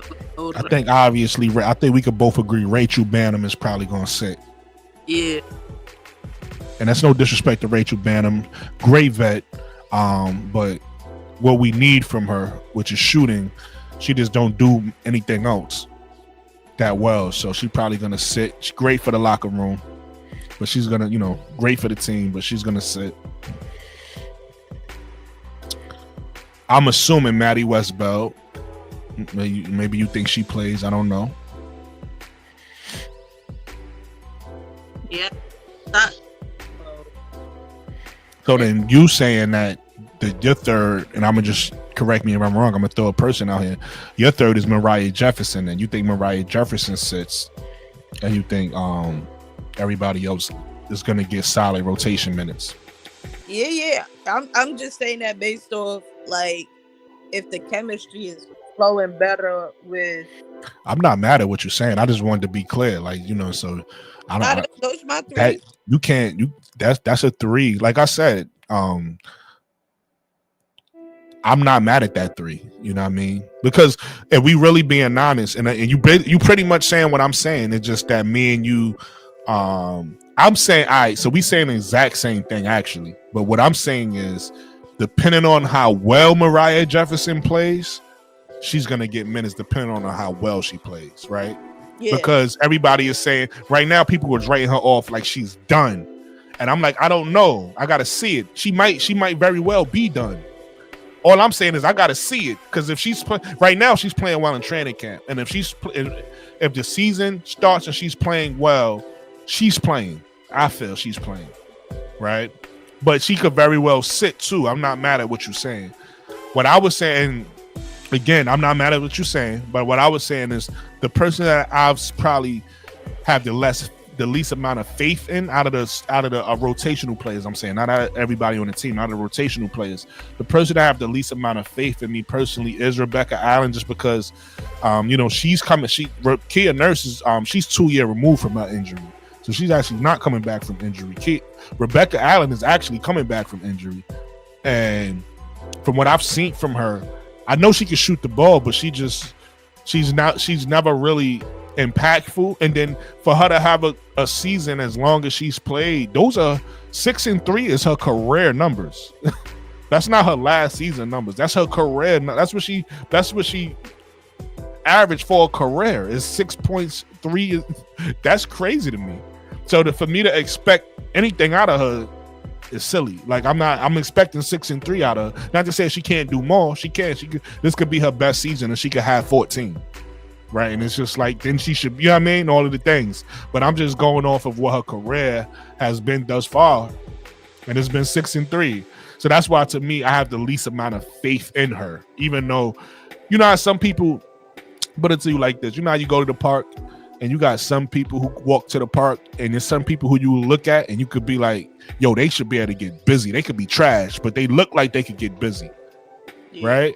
Rebecca Allen is the person to me that look like she should be better than those numbers. Like when you see it, everything you saying sounds right, but at the end of the day, her numbers are 6 and 3. So for me, I just don't have faith in it, and I feel like depending on Mariah Jefferson, if Mariah Jefferson is playing bad, I think Rebecca Allen has more of an opportunity to play. But if Mariah Jefferson is playing well, Rebecca Allen is gonna ride the bench. That's how I feel. But I'm not mad at what you're saying too. I'm not mad at you saying that you believe in Rebecca Allen because of what you've seen from her, what she's shown you, her being 6'2", the ability to shoot, the ability to defend at 6'2", having a 6'2" frame. You think she'll play. I'm not mad at that. I just wanted to kind of understand your thought process, and because we can't have our cake and eat it too. If we saying certain players is gonna play, we got to understand certain players is gonna sit. Because one thing we know, we pretty sure of, it's not gonna be a 12-man rotation, right? In basketball, that never happens. You never play the whole roster, right? So somebody is gonna sit. So I just kind of wanted to understand your thought process on who you think would sit. And like I said, we pretty much agree on who we think is sitting. So I'm not mad at your point. I'm just telling you why I said what I said about Rebecca. Like 6 and 3 for, and it's the same thing with Kia Nurse. Though I could say the same thing with Kia Nurse. I kind of understand a little bit more because of, like you said, 2 years ago she was injured. This is actually her 3rd season, by the way. So she already played 2 seasons. This her 3rd. This would be the start of her 3rd season after the injury, and she already said she expected this to be one of her better seasons because her body feels stronger and everything. She had an ACL tear and everything like that. She said her body is feeling better, so she expecting this season to be her best season. So same thing, Kia Nurse could easily come out and have 14 or whatever the case may be. We'll see. I don't know, but I'm gonna go off of what her career numbers say. And her career numbers say 9 and 3. So that's what I'm expecting from her. She got to show me differently, right? The only people, and this is a gem in basketball. If y'all don't know this in basketball, people, I'm talking to the chat. I'm talking to the YouTube world right now. The only people who make jumps or you don't know what to expect is young players. It's very seldom. You have certain late bloomers. It's very seldom you have a player that's late in their career and then they have a jump in points. That happens. It just happens very rarely. Typically, players are who they tell you they are. Whoever. That's why I'm not expecting much from these players, right? The Ariu Atkins, maybe somebody like her, because she's gonna probably be our go-to perimeter player, will have a jumping points. So she might go from 13 to 16. In fact, I think when I was looking at her numbers, the last time she was an all-star, I think she was averaging 16 points. So she might go from 13 to 16.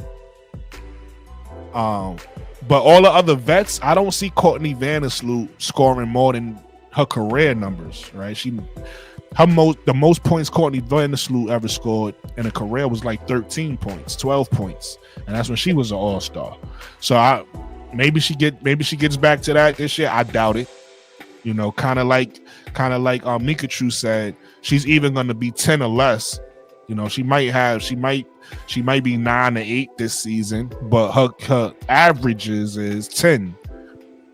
So that means she had 8 for a season before. So it's very well possible for this to be another season of 8 and 7 assists or whatever the case may be. You get what I'm saying? So that's why when I look at some of these vets, like Rebecca Allen, Kia Nurse, Michaela Wnba is another pretty much young player though. So those numbers 9 and 3 don't have to be her numbers. She could actually have her best season this year, kind of like Kennedy Carter did. Kennedy Carter had a career season last year. So this could be a career season for somebody like Michaela Wnba, who's going into, I believe, her 4th season, if I'm not mistaken. Yeah, because as a rookie, she just came off a rookie deal. As a rookie, you get a 3-year contract. Yeah. And then your 4th year, you are restricted free agent. So she just got her first real contract, right? So this is her 4th year. So Michaela Wnba actually has the ability to show us another level. Same thing with Kia Nurse though, because even though Kia Nurse numbers is low, those numbers a lot. You know, again, she was coming off an injury, so she has the ability to show us another level. And the same thing, Rebecca Allen. Rebecca Allen, I think she's had you can correct me if I'm wrong, McCoughtry, because you're no better than me. I think she had an injury-prone career so far. Like I think she's been in and out, and then you know she has. So maybe again, that's why I say our biggest question mark is the small forward position, and that's why this next topic is so important. I want to get you guys' opinion on. Some of you guys might be on board with this, some of you guys might not be, but this is something I've been saying for a while, and I'm happy. I'm happy that I have another opportunity to say this. Let me say that. Before we get into it, let me play this video, and then we can talk about it. I feel like I could be the piece to know what it takes to win it, because I've watched how they won it. Let me start it over. I feel like if I do get on the team now, I feel like I could be the piece to know what it takes to win it, because I've watched how they won it. I've watched these teams. I saw what they did. I saw the mentality. I saw how they played.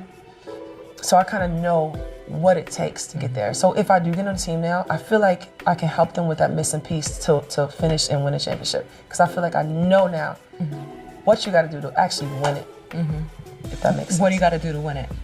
What does it take? It takes, number one, teams that pat each other on the back the most and have great chemistry, you're there. You know, talent, you got to have the talent. And you got to mix experience with young. You don't have an all old team or you don't have all young team. You don't win like that. You got to have a mix of both. So in the league, it's a lot of young teams that maybe need a vet. Yeah. That's how you win. I know last season you were vocal about, hey, I'm still looking to get picked up. Right now, you're still looking to get picked up. I'm still looking to get picked up. I'm gonna put it like this. I can't wait another year. I'm almost 40. Do I still have it? Yes. Is my body still in shape? Yes. If I get picked up this year, I have 3 years left. If I don't, I'm gonna call it, because I can't wait another year to get in the league. So I'm gonna call it. And that's gonna be it. All right, so if y'all don't know, that was Angel McCoughtry, legend in this game. She was, so fun fact about me, I was never a WNBA fan before, meaning I never wanted to watch a full WNBA season and care about the season.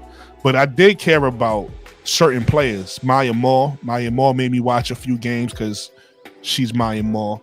The other player who made me watch a few games is Angel McCoughtry. Angel McCoughtry was my favorite WNBA player all the way up until Angel.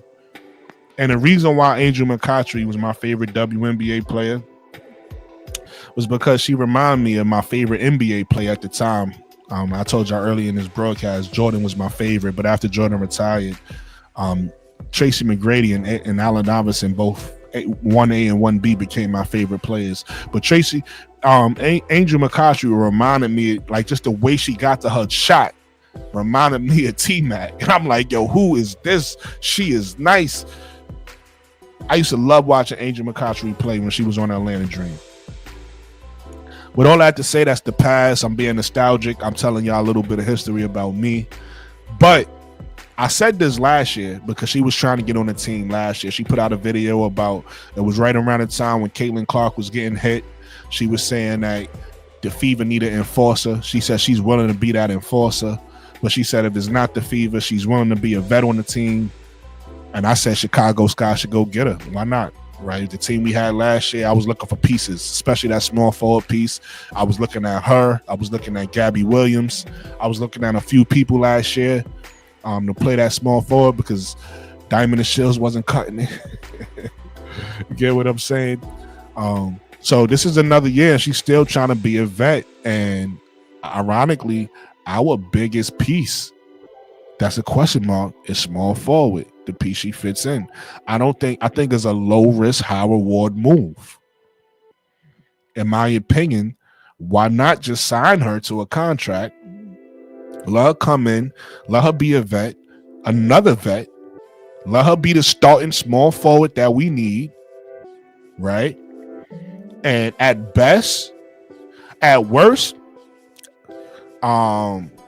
we could cut her. At worst, we could cut her. At worst, we could just let her finish out the season and retire, whatever the case may be. At worst, at best, those 6 points that I put up there for her average of 6, 3, and 1 was her last season, and I'm pretty sure that wasn't the numbers because because I think she was coming off injury. The season before that, when she was with the Aces, 2 seasons before that I think she didn't play the season before that, but the season before that one, when she played with the Aces, I believe in 2020, was it 2020? I believe it was 2020, if I'm not mistaken. When she played with the Aces, she went all the way to the finals, averaging 14 points with the Aces. Why she can't do the same thing for Chicago? You get what I'm saying? And again, I got to go with the last numbers because maybe she don't got it. Like I said, worst case scenario, maybe all she is at this point in her career at 38 years old is 6 points and 3 rebounds, and maybe she don't got it no more. She got to accept that, right? That happens when players get older. They got to accept they don't got it no more. So maybe she don't got it no more. We got to accept that, hey, it was a low risk. It didn't work. Cool. We still got Kia Nurse, Rebecca Allen. And now the unfortunate part about this is we're going to have to make a decision. If we bring her in, either Maddie Westbell don't make the team, or we got to buy out either Mariah Jefferson or Rachel Banham. One of those 3 will have to go if we add her to the team. But I think it's worth it. I think it's a move worth making to add her to the team, and I think it kind of gives us a piece. I think that bump, in my opinion, I might think I'm crazy, but if this is a best case scenario for us, and she do got something left in the tank, and she is the vet we need, and everything is clicking, I think she bumps us up from a playoff team, because I think we're a playoff team right now, to a contender. Because I'm already on a record with saying we one player away. We one player away. And if Angel still has the ability, she don't have to be as athletic as she was. She don't have to be as great as she was, because she's not coming here to be the best player. She's coming here to be a veteran, a leader, and just another option, somebody who could get to her shot. So if she could just knock down shots, right, and score for us anywhere between like 10 to 14 points per game, something like that, 11 points per game, be a second option to Ariel Atkins on the perimeter, because we already know Courtney Vandersloot is going to dish the ball. So on the perimeter, play through Ariel, but have Angel there, score a little 10, 11 points. I don't know. I think I like it. What you guys think? What you think about that, Mikachu? I don't know because I did watch the last time and I saw that injury that happened when they made it to the playoffs. That shit broke my heart because, like I said, before Aces started shitting on the Liberty, I was a Aces fan as well. I get you know what? I shouldn't be shitting because I had that much respect for Rebecca Allen, but I think if she do got enough left in the tank to still average her season average, then yeah, because she is that type of a player that could get to her middies like with ease. I was seeing her do one move on a young buck, and I'm like, yo, she acted like she just came out of college. Like, what the fuck? Doing crossover moves and almost breaking ankles, but she wound up getting injured. No pun intended. But I think she could do better. Not better. I could think she would fit better on a different team. I want to say Washington, like somebody that's need to build up more. But if she searching for a ring, I don't know if she has one, then I guess you're gonna have to lose some pieces that you already got with the Sky. But then that's gonna make y'all a little bit too old, in my opinion. So I disagree with you for a couple of reasons. One, I don't think that is smart for a player like her. Like, if you come back, you gotta realize if you're an older player, this is for men and women.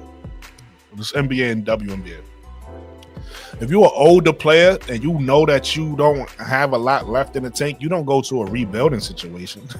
Unless you don't, like you said, unless you really don't care about winning. You literally go to one of the best teams in the league. Like, you really want to go to contribute whatever they might need. So I don't see a Washington as a team that makes sense for her. It does make sense for us because the position that she would come into is a weak position for us. I don't like none of our options at 3, and we waiting for one of them to become, Michaela. Give Michaela on your way some credit. At the end of the season, she did come on, and then she was a part of they call it the MAC, Return of the MAC, with Kamilla, Kennedy, Angel, and Michaela. So I want to give her some credit there, but she ain't doing enough to make me believe in her just yet. I guess she gonna have to prove to me this shit that she is it. But I don't know. I'm not opposed to losing Maddie. Like what we'll be losing is Maddie Westbelt. I'm okay with that. You know what I mean? I like Maddie Westbelt. I want her on the team. But I like Angel McCoughtry more. And that's if she got something left in the tank. Like she say she do. And if she say she do, I believe her. Why would she lie about that, right? So yeah, but I like Angel. And what you no, is totally different. No, Mika, I said you gotta realize I'm not one of those oblivious Sky fans. I said it's best case, worst scenario, right? Like worst case scenario, she don't got it no more, right? She could believe she got it and she could step on the court and don't got it. That's worst case scenario. So you're right. Best case scenario, she still got something left in the tank. And what I'm saying is I trust that she still got something left in the tank for a couple reasons. I'll get into that in a second. One, like I said, I don't mind losing Maddie Westbelt. And the other two players, if we keep Maddie Westbelt, that I could see us moving on from is Rachel Banham, who we don't think gonna get minutes anyway. So I'm okay with that.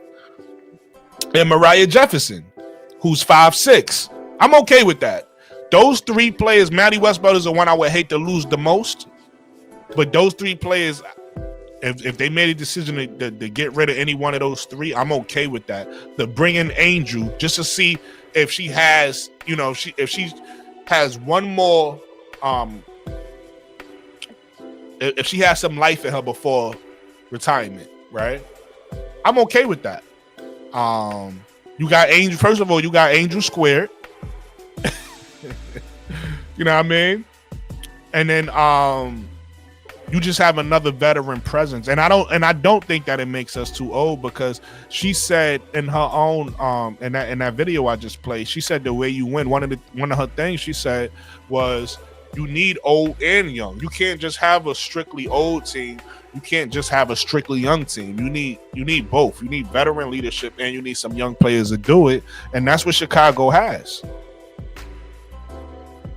So I just think somebody, like you said, she don't have a ring, but somebody who's been to the finals 4 times in her career. I think in 2009 in her rookie season, she went to the finals against who was it? Was it the Sparks? No, it was a Seattle Storm. She went to the finals versus Storm and lost. And then I believe 3 times in her career, she went to the finals against the Lynx and lost. Or 2 times in her career. And then 1 time in her career, she went to the finals with the Aces and lost to I don't know who they lost to. But she went to the finals 4 times and never made it. Unfortunately. It was Seattle if it was 2020. Okay. Seattle. So maybe it was Seattle. So she went to the finals 4 times and lost. So she don't got that ring, but obviously she knows what it takes to get there. And she said that what she said in that interview is those teams that beat my teams, I learned from those teams too. So I know what it takes to win it. So why not have her along with a Courtney Vandersloot, somebody who won it, in that locker room with an Ari Watkins, somebody who won it, to teach the rest of the team that's what you do to win it, right? And she's not coming in to be a leading scorer. Kamilla Cardoso is going to be that, or Angel is going to be that, right? She's not coming in to be the go-to person offensively on the perimeter. Ari Watkins is going to be that. She's just coming in to be, like you said, the person that's just going to get to her shot and knock down a timely shot when we need it. You get what I'm saying? So I don't know. I think it's a good look. I hope this guy do it. Do I think this guy is gonna do it? I don't think so. And unfortunately, I don't think she get picked up by anybody. Unfortunately. And I don't agree with you, Smoke Joy. You said she got her eye on a new CBA money. In order for her to get the CBA money, she would have to play next year. She just clearly said if she don't get picked up this year, she's gonna retire next year. So that take don't make no sense, Smoke Jr. And then she even said that if I get signed this year, I got 3 years left. So there's no guarantee, depending on the deal she signed, she even gonna get to the next year's money. Because if she signed a 3-year deal, she don't get that CBA money. Now I'm assuming that if she does play this year, she's gonna sign a 1-year deal when she gets the CBA money. But I don't think that's why she's doing it. You get what I'm saying? But again, I just feel like it's a great idea. Like I said, I don't love Michaela Onyenwere. Kia Nurse, I actually like probably the best out of those 3. And then I don't love Rebecca Allen, but I wouldn't be opposed to another option at that 3. And if it's Angel McCoughtry, I ain't mad at it. Somebody in the comments said you reaching, shorty about to be 40. What is we talking about? Who said that? So she said that. She's 38 years old. We know that. But so is Vandersloot. Vandersloot is 30. So like, what are you talking about? L? But point guards being older is a lot different. I mean, that's I don't know what you mean. Old is old. If you can still play, you can still play. It don't matter what position you are. Look at Tina Charles. It's less. Tina Charles is old as shit. So I don't know what you mean. You either can play or you can't. As a point guard, you're putting less stress on your body because you're facilitating more than you trying to rush and get down the court. That's why I think you're going to have more assists versus points, because she's not trying to get to the basket unless somebody slump off of her. Look at Jason Kidd. Jason Kidd was old as dirt, but he started shooting threes and facilitating more. He was a better passer. But he also played on a team. Older age than he was versus when he was younger. but he also went to a team where he wasn't the go-to player no more. He went to a team where he played with Dirk, and Dirk was the go-to player, so he played around Dirk, which is basically what I just said Angel McCoughtry is going to do, right? She's going to a team where she's not the go-to player, and that's not... She's going to a team where she's not the go-to player, right? She's going to play around other players, so she don't have to do as much. The same thing with Vandersloot, to your point. Vandersloot is coming to a team where she's playing with two young players who's going to do most of the work. She don't got to do as much. So we saying the same thing. I don't think position matters. Like I just said, you got Tina Charles is still in the league. You got a whole bunch of old players that's still in the league. You get what I'm saying? If you could play, you could play. I'm just saying, it's totally different stress on the body. That's all. And I disagree with that. Like I said, I get what you're saying about point guards, but age is age. If you old and you can't play, it don't matter if you're a point guard or a center. You can't play. But if you can play, you got something left in the tank. It don't matter, especially when you're not coming to be the go-to person. And neither one of them is gonna come to be the go-to person. It ain't like and that's why I disagree with your point about the Mystics, because if you go to a team like the Mystics or the Connecticut Sun, you go in there to do more work. And then your age is gonna be a factor, because you like you said, you got to do things at 18 that nobody 18 in the WNBA. You're doing things that the 22s and the 23-year-olds is doing at an older age. There's a lot of stress on your body. Now, but if you that she's going to be that vet that is going to help facilitate to a team, so she's not going to get so much minutes. I don't even understand your point right there. Hey, shout out to Sharice De Jesus for the $5 super chat. I appreciate you, man. You the first one in this whole stream to actually send me something, so I appreciate you. Shame on the rest of y'all, man. It's great content we giving y'all here. Shame on you guys, man. Appreciate you, Sharice De Jesus. Yo, my brother is here. What's going on, Rashad? How you feeling? What's good, y'all? What's good, y'all? How's your day going today? Man, it's been crazy so far. Just back-to-back errands and calls and stuff like that. Right now, I got on in the background. I got Ant-Man trying to see if he close it out. Home team, that's Atlanta right there. I hope he do, man. I'm proud of them. I'm proud of them for the way they played last game. Yeah. Because typically these young teams, when they go up against a LeBron James led team, they fold under the pressure. So I'm hoping Ant-Man, I like the way they playing right now. Hopefully they close it out. You know what I'm saying? And different. He not scared of nobody. He swept Kevin Durant last week, last year. And now it looks like he about to do a gentleman's sweep of the Lakers. They still got another half to go. So, you never count them out. But, everybody's seen the joint with my boy just texted me, does LeBron retire with a loss? No, this ain't it for LeBron. I think because it's like beyond the winning and stuff like that for LeBron, I think it's also an ego thing. Like, I think dude been famous since he was 13. I don't think he's ready to step away from the cameras and the limelight yet. Like, because I don't know if he knows how to live without that. Well, this LeBron, he's not gonna not be famous when he stopped playing. We know that. But it won't be like Dwayne Wade. Right now, it's not the same as when Dwayne Wade was on the Heat. You know what I'm saying? Yeah, I feel you. Really quick, my brother Pro Fan Hoop says, sorry, I can't jump on Brooklyn, but I'm listening. Hey, appreciate the love and support, brother. You already know that. For sure. Yeah. Salute the Pro Fan Hoops. Oh, go ahead, Brooklyn.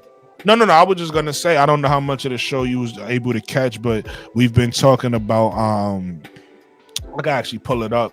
So at first we was talking about the Chicago Skies. Angel McCoughtry on the team?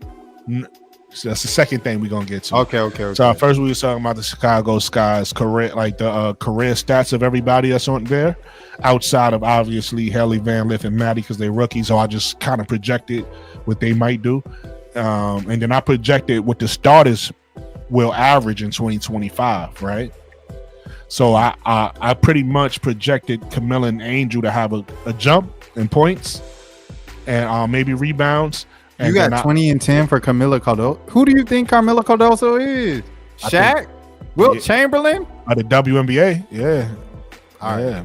And then like for everybody else, I kind of projected that they get they season they career averages. Now again, let me explain my 20 and 10. I said this earlier. It don't have to be 20 and 10. I'm projecting that as like a benchmark. But if she comes out and get close to 20, I'm fine, right? If she gets 17, I don't see her averaging anywhere lower than 17 points per game. So if she come out and let me also explain this to you, and then I want to hear your response. So last year, I don't feel like pulling it up. I could pull it up, but last year, there was a couple games where she got 18, and the other game she got 22, right? And both of those games she only attempted and now keep this in mind. Last year she wasn't the focal point of the offense, right? They wasn't playing through Kamilla Cardoso, right? She just kind of scored when she got the opportunity to, right? But Kennedy Carter took the bulk of the shots last year, right? She's not on the team this year, so those points got to go someplace else. That's one. Two, in those games where I just mentioned when she got 18 and 22, she only attempted field goal attempts in those games 11 times. That's not a lot. And she in those games, and the one where she got 22, she made 7 field goals out of 11. And a game where she got 18, she made 8 field goals out of 11. So that shows you how easily she could get to 18 to 22, right? 7. Just all she needed 7 field goals and 11 attempts. Now we fast forward to this year where they probably gonna make her a focal point of the offense a lot more, right? She's at the basket. WNBA still plays inside out basketball, right? She's the axe hitter gets 7 shots and 11 attempts in a 4 game, in 4 quarters where she's going to be featured a lot more. I don't think it's that much of a stretch for her to get to those points. Now, again, it might not be exactly 20, but I do think it's going to be somewhere around 20. So you say that your response to that is what? Ain't no way in the world Kamilla Cardoso is averaging. Okay. What's 20 points a game this season? And salute to Kamilla. Like, what would you give her? What would you say? She averaged less than 10 points a game last year. So no, she averaged 10 points a game last year. She averaged 9.8. That's 10. What are we talking about? In basketball, you round up and down. That's 10 points. So I just don't see her making that 10-point jump, because it's like what you're saying, it makes sense in logic, but it's like also Ariel Atkins is going to get a lot of those points. Sloot is going to get a lot of those points. Big Mama Rachel Banham is going to get a lot of those points. Wnba is going to get a couple of those points coming off the bench and things of that sort. So it's like they have, you know what I'm saying? They have enough to like, and then also like you're saying this as if it's Cardoso's team. This team is Angel Reese's team. So it's like any extra stuff, the offense running through is going to run through Angel Reese to set Angel Reese up for success, because she kind of, established herself as the alpha last year to really run that team like the Chicago Sky. Andre said he disagrees with me. Yeah, that's okay, Andre. I disagree too. I'm just waiting till he finished. No, that was it. I don't see Kamilla Cardoso averaging 20 points a game after she didn't average 10 points a game last season. So look, let me and I'm not mad at what you said. I can see her increasing past the 10, just because they might use her more, but I don't think it's like a crazy number to say that she could be closer to like 20. You know what I mean? I'd say like maybe between 16, probably 18, depending on how they use her with injuries. Because I'm seeing them probably making runs to the playoffs. That's why I said those type of numbers. So with that, you know what I mean? With all the other pieces, she could easily be, like how they did with the Spurs, where they had like Twin Towers and stuff like that, playing off each other, where it's hard to guard when you don't have tall bigs. So yeah, how many players in the WNBA last season averaged 20 points and 10 rebounds a game? And that's what like, you're talking about Nafisa Collier. You're that's talking why about Asia Wilson. It's over with, bro. That's not happening. No, and that's what. No. That's why. Because of that, that's why I said I'm not mad at people disagreeing with me, and that's why I said it don't have to be 20, right? I'm using it as a benchmark. It doesn't have to be 20 points. I see a max 15 and 12 for Cardoso next season. Max. I'm not mad at that. Like, that's best case scenario. She's healthy. Knock on wood. She's healthy all season. 15 and 12. That's and I respect those numbers. I'm not mad at those numbers. Jalen Duran. I'm not mad at those numbers. But here's why I'm gonna push back again.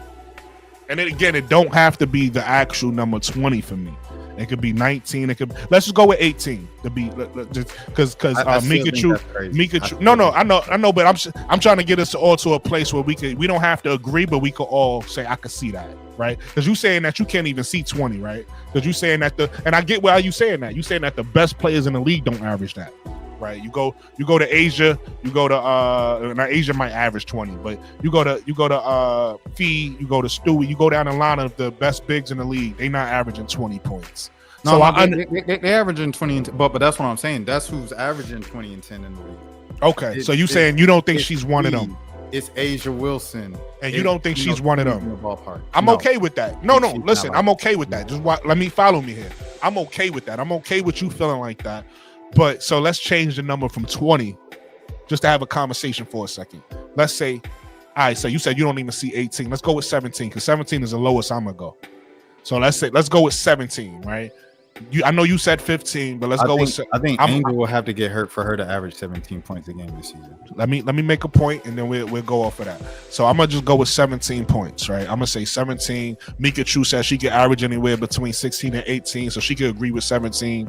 I know you saying 15, but I'm gonna say 17 because I think we all gonna be able to agree with this. Maybe not. So we also got to take into account that last year. If you go, you can look it up because you're pulling up stats. Go look up how many times that Kamilla Cardoso only attempted 4 shots, 3 shots. You get what I'm saying? She really, because if you want to make the 10 points per game make sense, it's because she really wasn't getting the ball like that last year. You get what I'm saying? So now you also got to add into the fact that Kennedy Carter is not there.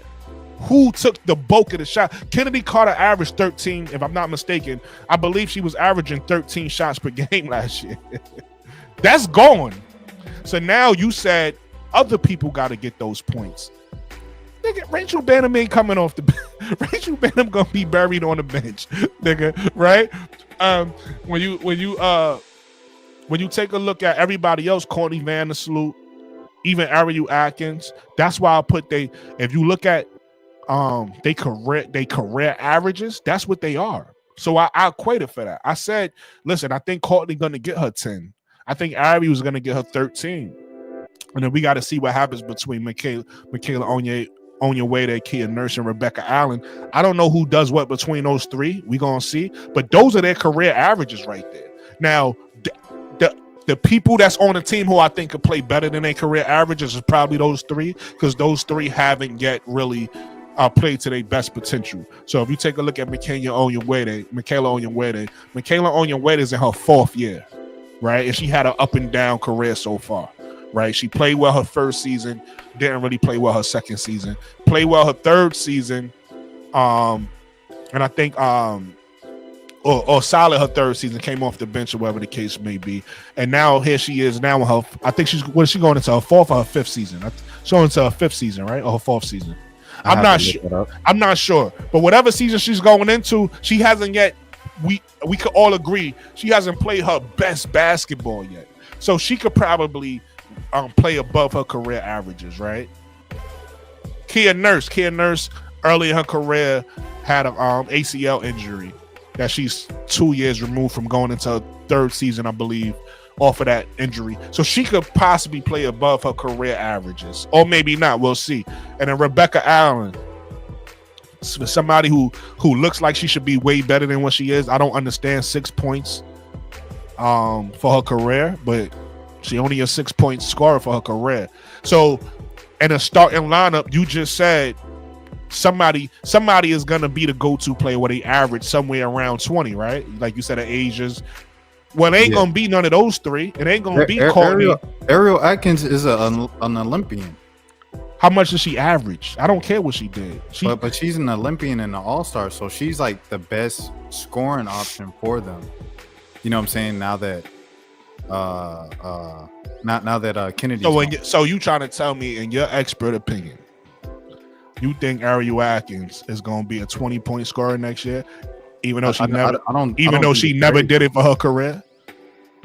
Kamilla Cardoso averaged more than 14 points a game in college. so it's like, where's this coming from? Like, she didn't even average 14 in college. Oh, geez, Louise. I guess that's a fire alarm. All right, y'all. Hey, you gonna better come back, or what's going on? Oh, yeah. I'll come back once the fire alarm. Chill out. All right, but I mean, we can't hear it. If y'all got to do a drill or something, like what's going on? I don't know. It's just going off. It's okay. Like, go do your thing. Go do your thing. All right, peace, y'all. Yeah, good conversation though. Yeah, but I'm not mad at his point. I just disagree with his point. I'm not mad at what he's saying. I do understand what he's saying. The best players in the league, they average that. He don't feel like Kamilla Cardoso is in that caliber of player. But are you back? It just stopped. All right, bet. As soon as I got up and pressed in, it just stopped. And now a dog's barking. Bet. So what I was saying was, I'm not mad at your take, bro, at all. Like, you know what I mean? You making a good point as far as the best players in the league average this. You don't think Kamilla Cardoso is that caliber of player. I do disagree with you, though. I do think Kamilla, says you got to realize, okay, sometimes, all right, Kamilla Cardoso, so Angel Reese, in my opinion, let me see if I can make this make sense. This is going to sound so crazy because I'm going to be kind of all over the board, but I'm going to try to make it make sense. Angel Reese, to me, is the better player out of the two. With that said, even though Angel Reese is the better player, you can't teach 6'7". Kamilla Cardoso is still 6'7". And the fact that Kamilla Cardoso is 6'7" in the league with touch, I feel like we haven't seen the best of Kamilla. Even though I still feel Angel Reese is the better player. You get what I'm saying? I feel like in a league where the WNBA plays inside, if put it to you like this, if the player style was different, I would be saying something different. If this was the NBA and they had and John Morant was on the team and they had I forget what's the big guys and I forget his name, I would not be saying he's gonna be leading and scoring. Embiid. Nah, the big guy on Memphis, I forget his name. I know he's talking about Zach. No, I'm talking Zach Edey. Mm-hmm. If that Memphis Grizzlies team, or if the play style in the NBA was still the play style of the 90s, right? I would say Zach Edey is going to average 20 and 14 and whatever. And even though I feel like John Morant is the most talented player on the floor, he's going to average 20. You get what I'm saying? Because it just makes sense because of the play style. So with the play style of WNBA, and I do think Kamilla Cardoso is better than some people think she is, because you're not the first person I had this argument with. Somebody else was telling me Kamilla Cardoso was trash, and we had a whole thing. She's not trash because she averaged darn near 10 and 10 last year. Yeah, we had a whole thing. Shout out, me and him cool now. That's my man. But I don't. My point is, a lot of people don't think Kamilla Cardoso is very good, and I'm trying to say, unlock Kamilla Cardoso is one of the best bigs in the league. I think Kamilla Cardoso is a solid starter in the league. And I disagree with that. She's like a higher level, kind of like above average, mediocre, above mediocre type of talent. She's not. You know what I'm saying? She's not one of them ones, and it's okay to. I'm not mad. Yeah, and I'm not mad at you for feeling that way. I disagree, but I'm not mad at that because you need a solid, like, every team, every center ain't gonna be a. I don't even think here's a take. I don't even think there's an elite center in the league. Like, the last elite center was like Liz and Beige. I disagree with that. I think Jonquel Jones don't get disrespected a lot. Oh, okay. Jonquel Jones. She's elite. She's a former MVP. Who else in the league? And hey, tread lightly because this is a Liberty fan on it. So don't disrespect her liberty. Shout out, Mika. Shout out to New York, man. You know, hey, they know I'm good in Brooklyn. Facts. But yeah, man, like who, like other than John Cole Jones, who's the elite center in the league right now? All this center. So you kind of making my point for me, because look, here's where we maybe can agree. I do, again, Kamilla Cardoso is young, and when we start talking about these players, we talk about what we think they're gonna be, right?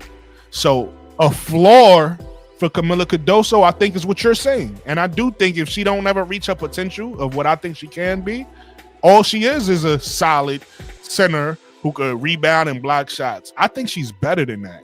So this is where we disagree. So I'm not mad at your assessment of Kamilla. I just think you saying Kamilla if she doesn't never get better. Like if Kamilla is Kamilla today, who she is when she walked out of college and when she could provide for a team today, I think that's what you're describing.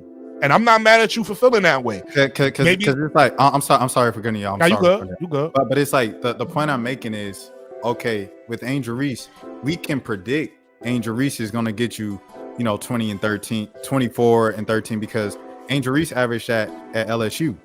We've seen her do that. Like, talk about it. That's why I said a lot of people don't know what she could do. You know what I'm saying? Asia Wilson coming in with MVP number, she did that at South Carolina. So we know Asia Wilson could average 20 and so because she did it in college.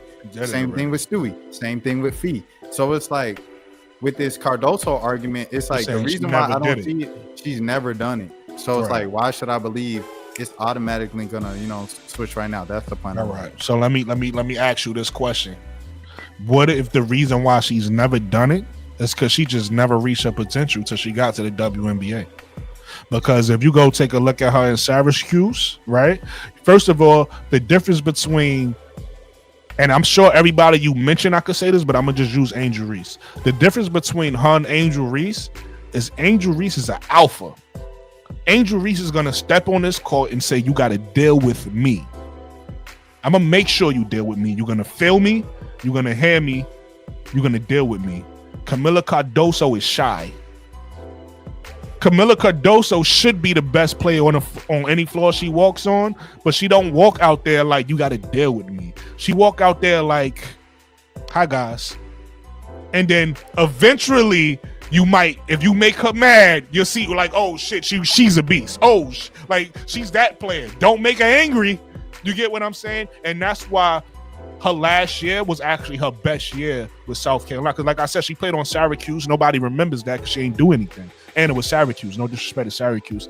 And then she came to South Carolina. But the first year, she played behind. We even seen it in the league last. Wait, let me finish. Ooh, God is good. When God start feeding you shit. So let me finish with that.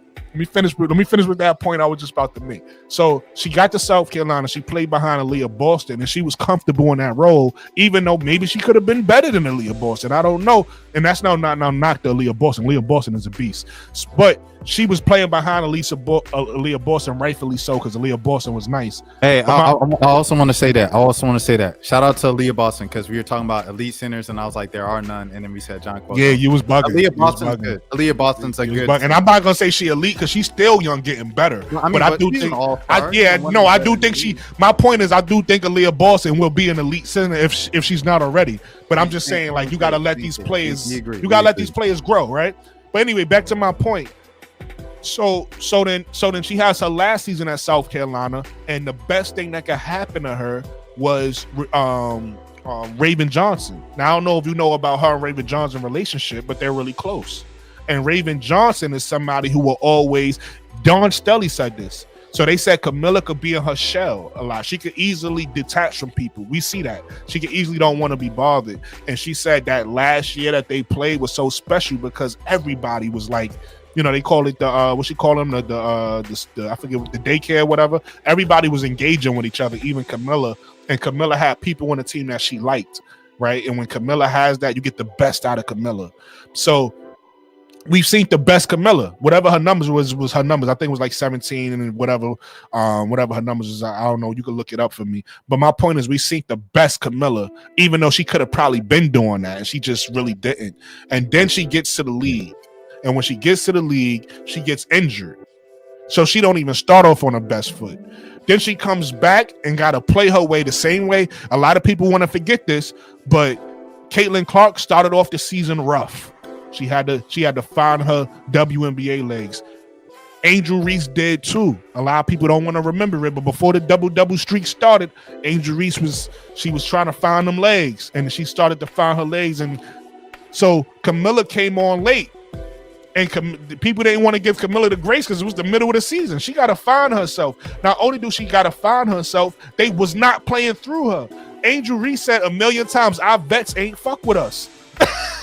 And then you can see a lot of times Kamilla was out there like, "Yo, I'm over this shit," and Angel would go to her like, "Yo, I got you. I'm gonna get you the ball. Don't worry." So again, we keep making a whole point about this 10-point thing. Like, she wasn't even really part of the offense and got 10, right? And this is the point I said I'm gonna end on. I don't know if you remember this, but again, she started off the season rough. The games against the Aces is the perfect example. Remember when Dawn Sully was laughing online? Asia, don't treat Kamilla like that. Kamilla blocking her shot all crazy. Like, she ain't look like she belonged on the floor. It was times where the rebound would fall right in front of Kamilla. She wouldn't like be aggressive to get it. The other team would grab it. Like, she just looked like she didn't belong on the floor, to your point. And then at the end of the season, the last time they played the Aces, I think she blocked Asia's shot like 5 times. And she's staring at her. She like that's 6'7". All of a sudden, she looks 6'7". You get what I'm saying? So my point is, I think when a lot of people see Kamilla, they see her one way. They don't realize it's a beast inside of Kamilla that if that fire get lit, oh, you in trouble. And I think, and the same thing happened against Aaliyah Boston, because I said this during the season. I was shout out to my brothers, Chicago Sky Central, because I was in their chat at this time. And I was hollering at the people in Chicago, you know, the chat at Chicago Sky Central. You know, we was chopping it up, and nobody probably remember me saying this, because who remembers what you said a year ago, right? But I said this before. I said Kamilla's first time going against Aaliyah Boston, even though Kamilla is bigger, I said watch Aaliyah bully Kamilla. And the reason why I knew it was gonna happen, because I didn't even know this happened. That was my first time. I was a first-time W watch at that time, and people told me Aaliyah did that to Shakira Austin, because people told me in college, because I didn't know this. People was like, "Yo, in college, Aaliyah Boston used to bully Shakira Austin." So they said that she did it in the league too. They said Aaliyah liked that. She liked players that, because you know she would get bullied too. You know, it's a rookie. You know, people, you know, growing pains. So people were saying that she liked players that she knows she got the upper hand in. So I said she gonna do it to Kamilla, because I know Kamilla personality. Kamilla personality isn't I'm a beast. Kamilla personality is friendly. So I was like, and that's sure enough, that's what happened. Aaliyah Boston was bullying Kamilla out there. By the time they played their last games, Aaliyah Boston was having trouble. Aaliyah Boston was frustrated because Kamilla was out there pushing back, right? She was not having it. And that's my point. A lot of people see Kamilla as a scared little 6'7" girl and say, oh, she's not going to do that much. But the beast, even against Angel, because let's face it, again, I'm going to start off with saying this. I think Angel Reese is the overall better player. But Angel Reese is still not 6'7". So when they was in college and they went up against each other, and that last year where Angel, when Angel and Kamilla, before they came to the W, Kamilla was looking at Angel like, I'm not gonna let you bully me. I'm here too. She was blocking Angel's shot too, right? Angel pulling her, like it was a physical game. We all know what happened in a matchup, South Carolina LSU. But my point is, Kamilla wasn't just getting bullied out there. Right? So that's what I'm saying. This is season 2. This is not season 1. In season 1, we know why those numbers look the way they look. And I'm not even saying I'm right. Kamilla may never develop into one of the best centers, elite centers. But what I'm saying is I think she has the capability to. I'm not mad if she don't. And then, like you said, the silliness, she's just a really good center. She don't have to be elite. She a solid center, 6'7", block shots. And if that's what she is, that's what she is. But I think she has the capability to be better. And with that said, even when she becomes better, I'ma still think Angel is the better player because Angel has that dog. Angel has that I'm the best player mentality. And Angel fuels all of her teammates to feel that way. That's why I think Angel Reese is actually the best teammate for Kamilla Cardoso. Because Angel is gonna go to her and punch her on her chest, say, let's go. Right? And Kamilla's gonna say, all right, bet, let's go. So I think they work well off each other. And the fact that Angel again is not 6'7", I think that's a perfect teammate for her. Because the stuff Angel can't do, she's able to do. And it's like they just the perfect match for each other. I'm gonna land my plane with that. Okay, for sure. It just a couple things for me. I think I think your mind's kind of set on like old school basketball. Like, because if that was the case, like Tierra McCown would be the best player in the league since she's the tallest player in the league. No, but I don't think she's that good. I think she's who you think Kamilla is, but yeah. No. I don't like. You think she's nice? Kamilla's good. Like she's a good starting. Hold on, you think Tierra McCoughtry is nice? Yeah, she don't suck. If she sucked, she would have been out the league. I ain't saying she sucked, but I think she's average. I don't think she's like. So it's Kamilla. I think she. Kamilla nice, bro. Kamilla got skills. They're both average sinners. Okay. So and then you also had like I also think about the Dallas draft, right, in 2020 when they got Charlie Collier number 1, and then they got Awak Cure, I believe that's how you pronounce her last name, number 2, back to back, both centers, both bigs. Where are they right now in the league? The game has changed, bro. Like just how it is. Like even you said, like, okay, Jonquel Jones has a game like she plays. She plays like a guard. Just like exactly. She plays like a wing. Yeah. The best players in the league are all hybrid fours. You know what I'm saying? Even dating back to Deldon and Candace Parker and stuff like that. It's like ever since Candace Parker, the best player in the league has typically been what about a hybrid type of four. What's her name that played on the Sky and the Lynx? Deldon? Lynx. The Sky and the Lynx. 6'6". Forget her name. Come on, chat. Where we at, chat? I know I'm talking about. You know I'm talking about Mika. Sky and the Lynx. Forget her name. I can't. The one that could dunk. Oh, Sylvia Fowles. I'm tripping. I'm tweaking. Everybody don't have to have a hybrid. Everybody don't have to have that hybrid game to be nice, bro. Every 6'6", every 6'6", 6'7" ain't built the same. She retired like Sylvia Fowles retired like 3-4 years. You know what I'm saying? No, I know, but what I'm saying is she was nice. She didn't have that hybrid game. She was a big. But you get what I'm saying? She retired 3-4 years ago. So with that, that means you one of them. So you think 3-4 years ago is a different time? Yes. Just 3-4 years ago? Yes. Look at the NBA 3-4 years ago. Look at the NBA now. It's a whole different game. No, it's not. Not 3-4 years ago. Changed that much?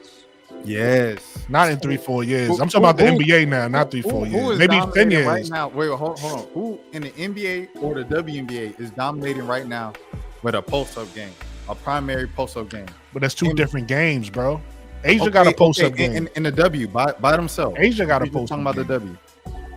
Who just do post-up. But Asia is still she can still face up. Jonquel got a post-up game. But Jonquel still shoot threes. This is what I'm saying. That ain't Kamilla game. As of right now. Everybody game's different, bro. No. It doesn't have to be a 13-point, 10 rebound. That's what I'm saying. That's what she is. 13 points, 10 rebounds, 13 points, 11. And you need that. You need that to win a championship. Listen, I can't be mad one of the ones. Because if she come out, I could be wrong. If she come out and average 10 and whatever, 10 and 30, whatever, then I can't say nothing. I don't think she. So I think in other words, I think we gonna see. And I think she's gonna prove me. I think she's gonna prove me right, but we gotta see. It's another thing I wanted to say. Like one time I did a pod and we had Josh Powell on as a guest. Shout out Josh Powell, former Laker champion, Atlanta basketball legend, everything. Woo. So we talking about Bobo just got traded to like the Pistons. And I'm like, no, Bobo really like that. He just ain't get an opportunity in Denver. You wanted them. And he said, you know what Josh Powell told me? And this is what I'm gonna tell y'all tonight. He said, if you really like that, it's gonna show. I said, no, he just didn't get the minutes. Like, you seen the clips when he got time in Denver. He said, if you really wanted them ones, it's gonna show. The ones that got it, got it. That's a fact, and I agree with that. Bobo has skill, but he never like your man just said. He never showed me nothing. I know he could shoot the three. He got handle and all that. He fucking 6'7" or whatever that. No, well, how tall is he? Fucking 6 7 something. 7. Yeah, 7. That's what I meant. 7. So, but that's the point. He never showed. He never showed. Kamilla is one of them ones. Kamilla would have showed us by now. At some point at Syracuse, at South Carolina, her first rookie season. Because Angel, what she did rookie all-star. She, like you say, slow start out the gates, then became an all-star by the end of the year and set the WNBA. You know what I'm saying? She would have had the double-double record for a season if she ain't hurt her hand at the end. You know what I mean? So it's just like. So what you if call? You one of the ones, you one of the ones, bro. What you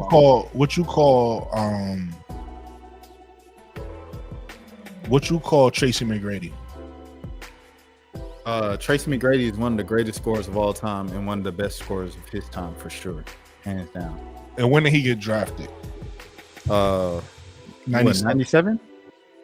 When did he have his breakout year and became one of the greatest scorers in all that? And like became one of them. When he got traded to Orlando. And what year was that? 01. 01. It takes a while. Every play ain't the same. That's why you have a most improved award, because every player don't come out. And I know Asia did it in college, and it was like, oh, because Asia's Asia. I know Angel did it because Angel was so. Again, like I just said earlier about Kamilla, what if she just ain't really show her best self yet? What if? And that's why I'm saying, and it's okay for us to disagree. I'm not mad at what you're saying because you might be right. I'm not sitting here saying you wrong. I'm saying I see something else, and I could be wrong. What I'm saying is I see is another level. Is another Super Saiyan that Kamilla's trying to go to, right? Right. Kamilla ain't figured out how to go to every Angel done went to Super Saiyan 2 already. Right? Angel's trying to get to Super Saiyan God. Right? Asia's already a Super Saiyan God. She already figured out how to unlock that level. Kamilla still figure out how to go Super Saiyan. And if she goes Super Saiyan, then put the league on notice, because she's gonna be in a short list, because you just said is the center position is weak right now. And you want to know how I know she's better than those other centers you mentioned in her rookie season? I seen the way they was looking at her.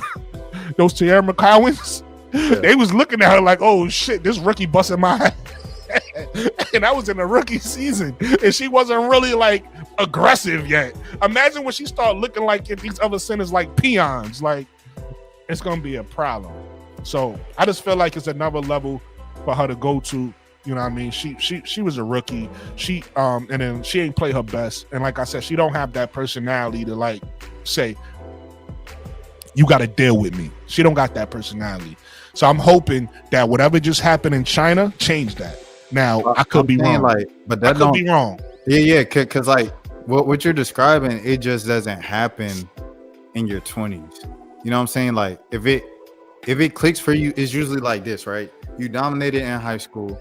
You go to college. Your first couple years in college, you struggling because it's like you used to being the best player on the floor at all times. So you got to make that adjustment in college. And then you have that moment where you like, I'm tired of getting smacked around. The dog in me has been awakened.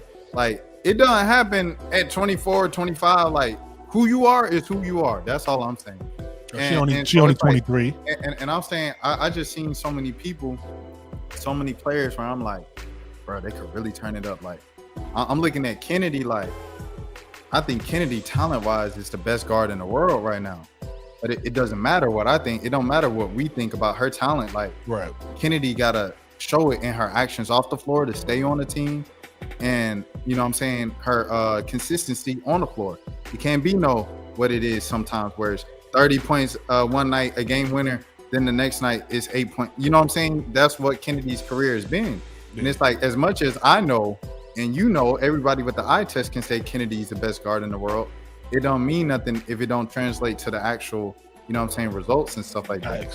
Facts. So it's just like, who people are who people are. Like we can see, okay, dang, I know they got another year. Like, you know, I'm down, you know what I'm saying? I'm from Atlanta. So it's like I'm looking at Ryan Howard. You know what I'm saying? And Ryan Howard, sometimes when she feel like playing, Ryan Howard Howard is inconsistent. She'll come out top player in the league. Yeah, she'll come out and top 5, probably better than that, and then she'll come out and disappear for the next couple games. And she did the same thing in Unrivaled. Like she started out Unrivaled, 23 points in the first, you know, saying 2.5 quarters, and then you want to know why though? You know? Go ahead. And this is just, and correct me if I'm wrong. This is just my assessment of Ryan Howard. Correct me if I'm wrong though, because I could be wrong about this, but she's one of those players that's super talented, but don't have the dog. And the reason why I say she don't have the dog is because it's almost like she want to rely on her ability to shoot the ball. She shoots the ball like nobody else. At her size, 6'2", she one of the best shooters in the world. But sometimes you can't rely on your shooting. Sometimes you got to get to the basket, get to the high, go to the line. And I don't see that. Damn, the face is in my man, but I can't think of the name. Phoenix Suns, dark skin, Kalia Copper. Even though she torched Kalia in the rival, she torched Kalia Copper. But Kalia Copper has this dog in her that I don't think Ryan Howard has in her. You get what I'm saying? I hear what you're saying. Correct me if I'm wrong on that. Hey, look, shout out to Ryan Howard for sure. Her first day getting drafted, they stopped by to talk to us and stuff like that. She cool people, but I told her straight up, like, because someone in my comments was getting on me. They get on me every time I bring up Ryan, and because they from Atlanta, and they're like, you don't know what you're talking about with the dream. Just don't say that about Ryan. And it's just one of them things where I say you show who you are, like, you know what I'm saying. So then, and I like Ryan Howard. That's not a knock. That's just what I see. So I seen Ryan at the Carlson Mesco press conference, right? The introduction. That was my last press conference in Atlanta before I moved. And then so I said, man, they getting on me about me talking about you in them YouTube comments. She said with a straight face, like her smile like wiped off. She said, "What'd you say?" I was like, obviously, Ryan Howard at our peak, right? And she looking at me like a straight face still. And I said, is one of the top 10 players in the league. But what is it gonna take for her to get the dream and herself to that next, you know what I mean? And she just looked at me and she walked off, straight face. Listen, I'm gonna give you another take. Yeah. As good as Ryan Howard is, I think the best player on that team is Alicia Gray. A lot of people in Atlanta say that too. That's my opinion. And from what I see from Alicia Gray game, she cold. But let me say this. I think Leach more consistent. It's like definitely more consistent. I think she's a better player. See, it's so okay. All right. So I look at it like this. It's like I be tough on Ryan. I ain't gonna lie. I be tough on Ryan. But Ryan, when she feel like playing and she locked in, it ain't too many people in the world better than her. I could tell when them two play together. Yeah. That Alicia, remember what I was saying about Camilla's personality? I could tell Alicia is more willing to be Robin and say, you Batman. But I think Alicia is really Batman, bro. She just fall back. She allows Ryan, and I think Ryan in her mind is Batman, but she just don't always show up as Batman. I agree with that. But I think Alicia Gray is really Batman. But here's the thing though. It's going off again. What's going on, bro? But at their peak, if both of them are peaking, who has the better game? If both of them are peaking, who's better? I seen them both go off, so it's hard. And the reason why I'm saying that is I seen Alicia Gray go off last year and Athletes Unlimited and take over that league last year. And I seen Ryan Howard this year. Actually, both of them, because if I'm really being honest, Alicia Gray turned up in Unrivaled too. But I seen where Ryan Howard looks. So I get what you're saying. What I'm gonna say, looks could be the answer to your question. I'm gonna say looks could be deceiving because it looks like it's Ryan Howard, but I think it's Alicia Gray. Okay. I respect that take. I'm gonna give it 1 minute. Yeah. If it don't cut off in 1 minute, I gotta get up. So let me say this though before you go, then, just so we can land the plane on the Kamilla thing. Damn, did I forget what I wanted to say? I might have forgot it. Okay, I just remembered. So again, I agree with everything you said about Kamilla. About it, don't players don't become who they are at this age. But I think the part probably that you might be misunderstanding about what I'm saying is, I still think, I'm not saying she's gonna be the best player on the team just because they play through her. I still think Angel's the best player. So I still think she's behind Angel as in the best player on this team. But I still think that Kamilla is not far behind Angel. I think Angel is the best player. I think Camilla's next, but I think Camilla's gonna surprise people with how well she actually plays going forward. I think year one wasn't what Camilla's gonna be in a W. I think going forward, you're gonna see a much better Kamilla. It just went off again. It is like, I don't know. It's a whole thing. But yes. To what you were saying, I'm sorry. It was difficult to focus with. I repeated if you didn't hear me clearly. So I think Angel is the best player on the team, even with Kamilla being better. You get what I'm saying? Even though I feel like she can be better, I still think Angel is the best player on the team, in my opinion, me personally, right? I think Angel is the best player on this team, but I still think there's another level for Kamilla to get to. And even when Kamilla gets to that level, I think Angel is still the better player, if you get what I'm saying. So I'm not saying that, Kamilla's the MVP, she's gonna be the MVP of the W. I'm not saying that. I'm just saying I think she's really good. I think Camilla's a two-way player, and you don't find many of them at her size, right? You don't find many players that's as good as they are on defense. They that good on offense. I think that's who Angel is. I think that's who Kamilla is. I think the Sky has two-way players, but I think Angel is the better one. But I think because Kamilla is the bigger one, she could do certain things that Angel can't, right? So her matching up with a Tierra McCowan, Kamilla, is easier than an Angel matching up with a Tierra McCollum, just because of size, right? But Angel can match up with the Nafisa Colliers, and you know what I mean? Like, so that's what I'm saying. And I think because of WNBA, it's not that I'm playing. I think old school. The WNBA still plays through their bigs. That, like you said, the NBA don't, right? It's a different. So it'll be different conversation. So in the WNBA, I think Kamilla Cardoso being 6'7", playing inside out benefits Kamilla. And it's gonna allow her to like score more, and with that said, I still think Angel's the better player. I hear what you're saying, but it's like if she does average 20 and 10, it's like you are in a conversation of MVP by default. Yeah. It's like, you know what I'm saying, like and again, that's why I said it don't have to be those numbers. I would just say I think it'll be around 20. You know what I mean? It's almost like if we talking about a player, can you get in the double figures, right? Say, just 10 points. It don't have to actually be the 10. It could be 10, it could be 12, it could be 14, it could be whatever, but it's like, can you get to that level? So that's what I'm saying. 20, it don't have to be 20 for me. It could be, listen, I don't think it's going to be 16. I think she's going to be better than that, but I give you guys 16 points. I think from 16 to 20, anywhere in that range is what we're going to see from her going forward. Dude, let's see how much Tina Charles averaged last season. All right, Tina Charles, I'm pulling it up. Last season, Tina Charles averaged just under 15 points a game and 10 rebounds a game. Do I think that she can have a season like that this year? Like I said, I seen Tina Charles up close and personal last season. Because I watched mostly The Dream.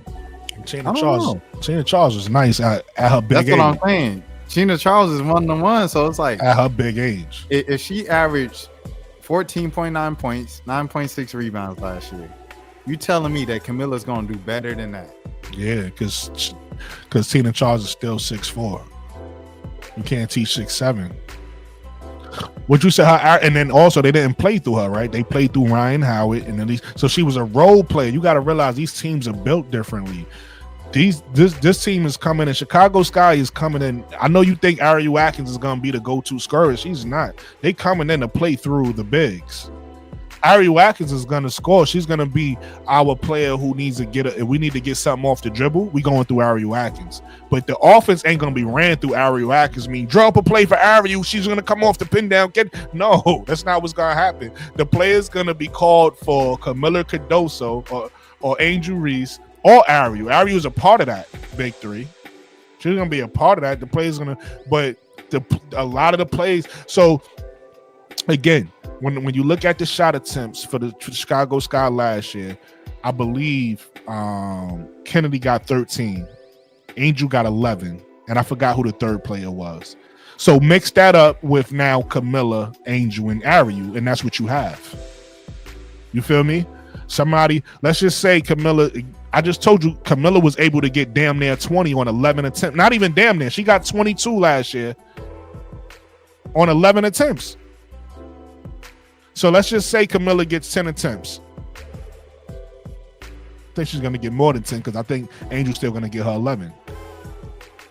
But let's just say they both, this is not going to happen because it's not going to just average out the same way. But let's just say Kamilla gets 11 attempts. Angel gets 11 attempts. And let's say Ariel Atkins gets 8 attempts. Or whatever the case may be. What do you think that even out to? That's going to be 3 players around 20 points.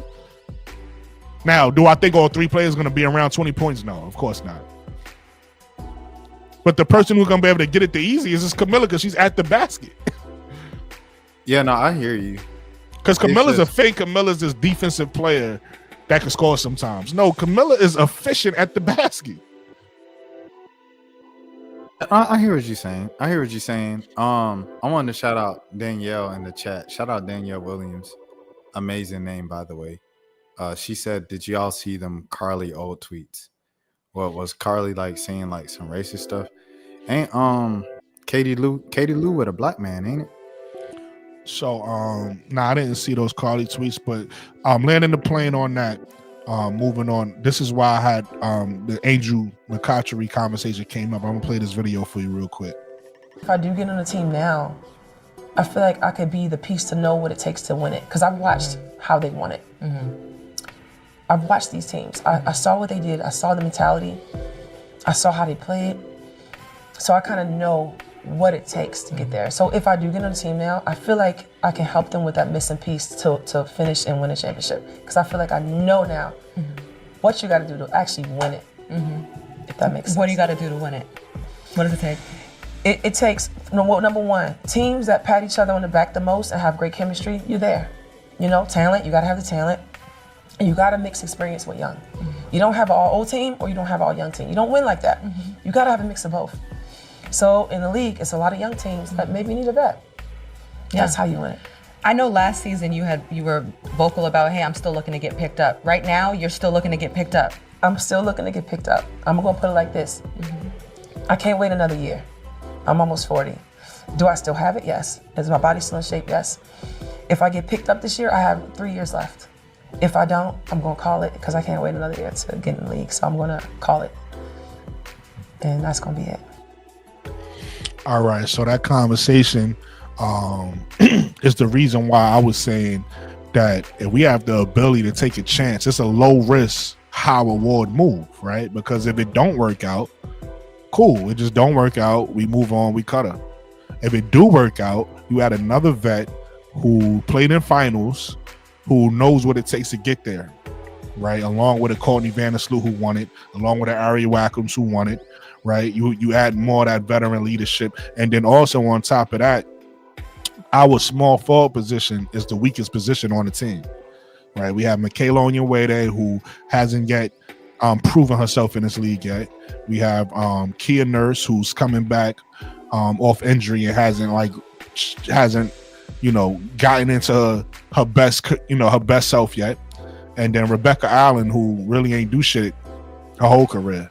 So I was saying, listen, it's the spot she would come back and take, we don't really have nobody there. So if it works out, great. Then, I use those numbers because the last season she played, that's what she averaged, 6 points, 3 rebounds, 1 assist.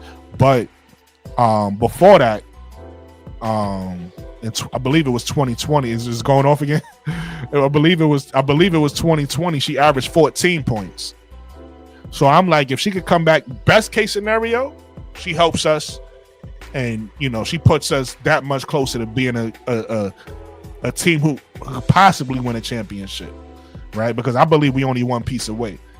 If she come back and she's not good though, then it is what it is. You know, it doesn't make us any worse. We still a playoff team. So that's where the Angel McCoughtry conversation came about. I'll always give Angel McCoughtry her flowers. She is the queen of Atlanta basketball. You know, so I respect Angel McCoughtry 100%. I also watch a lot of former basketball players and former athletes speak on podcasts, and it's like you think she done? You think just let it go? I feel you. It's unfortunate. It's just the reality of the beast. It's like, in order for something like that to happen for real, the league need to expand to 15 spots. You know what I'm saying? Like, I have a bunch of ideas for the league, but like the first thing, like, it has to be, you know what I'm saying? Oh, so it's Carly. She did say something racist. It has to be 15 spots. If anything, the only way that Angel gets on in the middle of the season is if a team is like Dallas last year, right? Where Dallas, everybody got hurt, you know, and they had to sign Mo Billings, and they had to sign this player, and they had to sign this player. Who's nice. I'm happy Mo Billings got a shot this year. Yeah.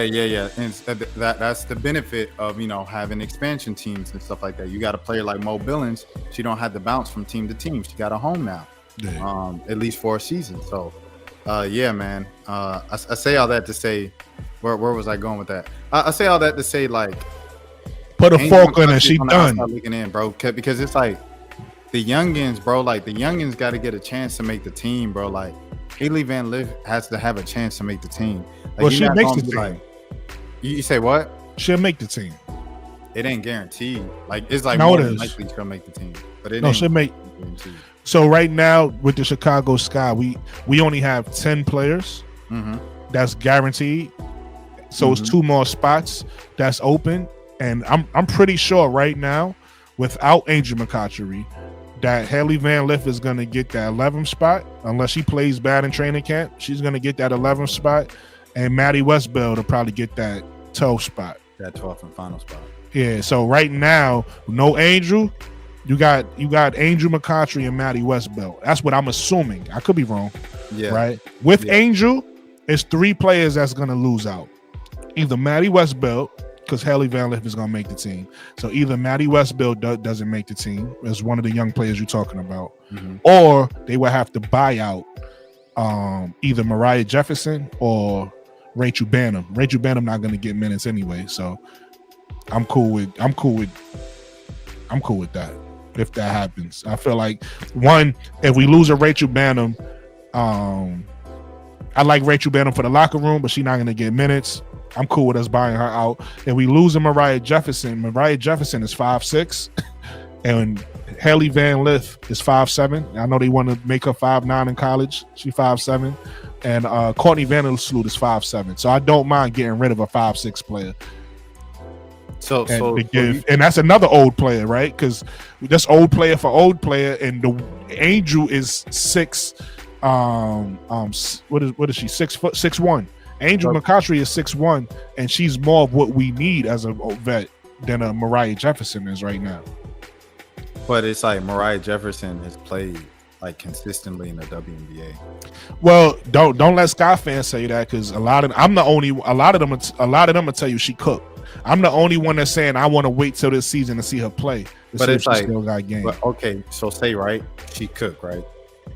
So you're gonna bring in someone who hasn't played in a year and a half. You know what I'm saying? Like, I would take the risk. But it tell you like this. It's like I'm not.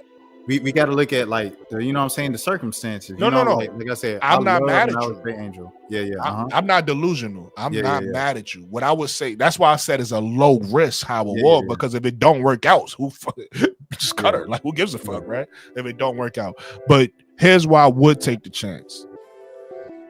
It's certain players that even if they are cooked, you give them that opportunity to, right? So I can't think of nobody in the NBA right now. Dwayne Wade.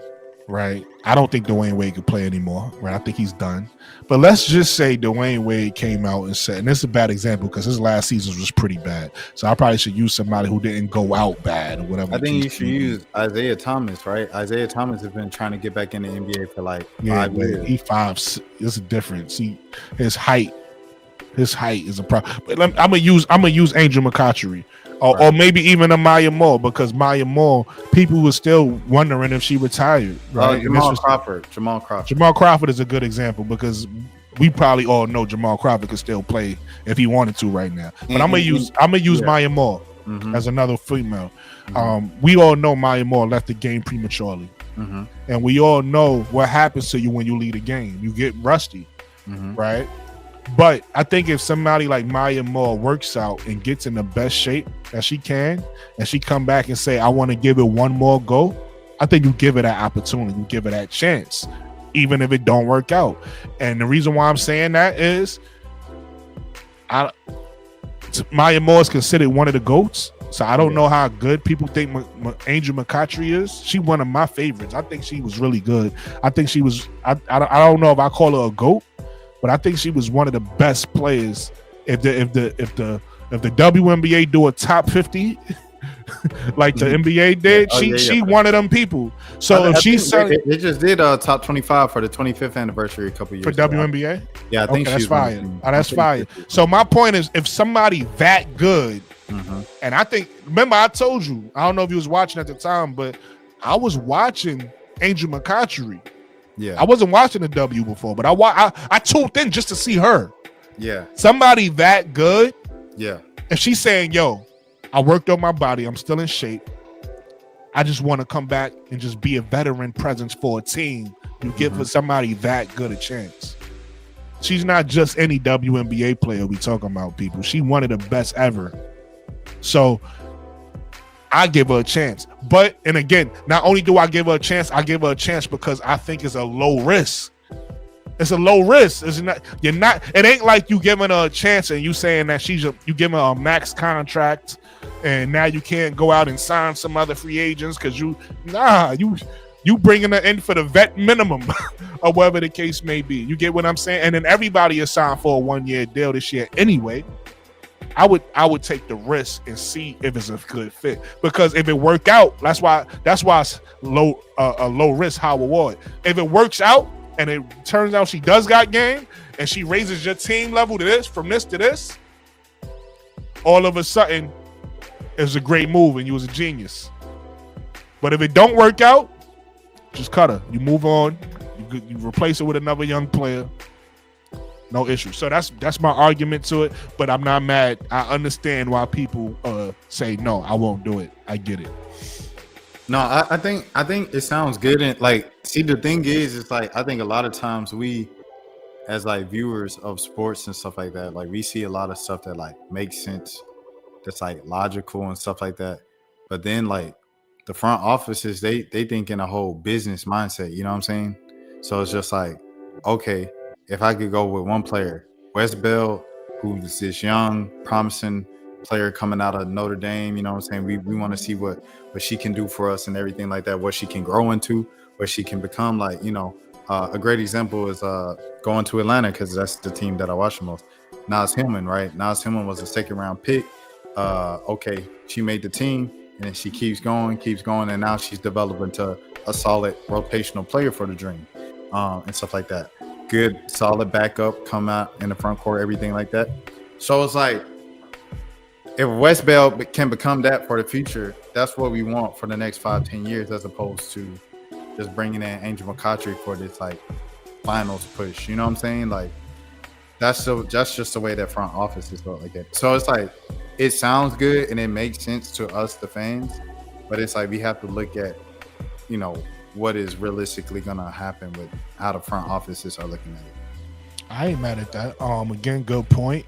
All I would say is if what you're saying is true, then they need to make up their mind, because on one hand, they say they winning now, and on the other hand is like, you know, that's two different ideologies. So it's like, I'm with you, because I was on that. I wanted them to build slower than they build. I didn't think they needed, you know, don't get it twisted. I'm not saying don't get no vets. Get some vets in your locker room, but I don't think they needed to get as many vets as they got right now. Right, I felt like they was fine going slow and building through the draft.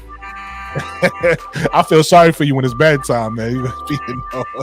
I don't know what's going on tonight, but and it's like I'm not even getting up. It's to the point of like, what if one of these is like an actual thing, and then it's like I'm like.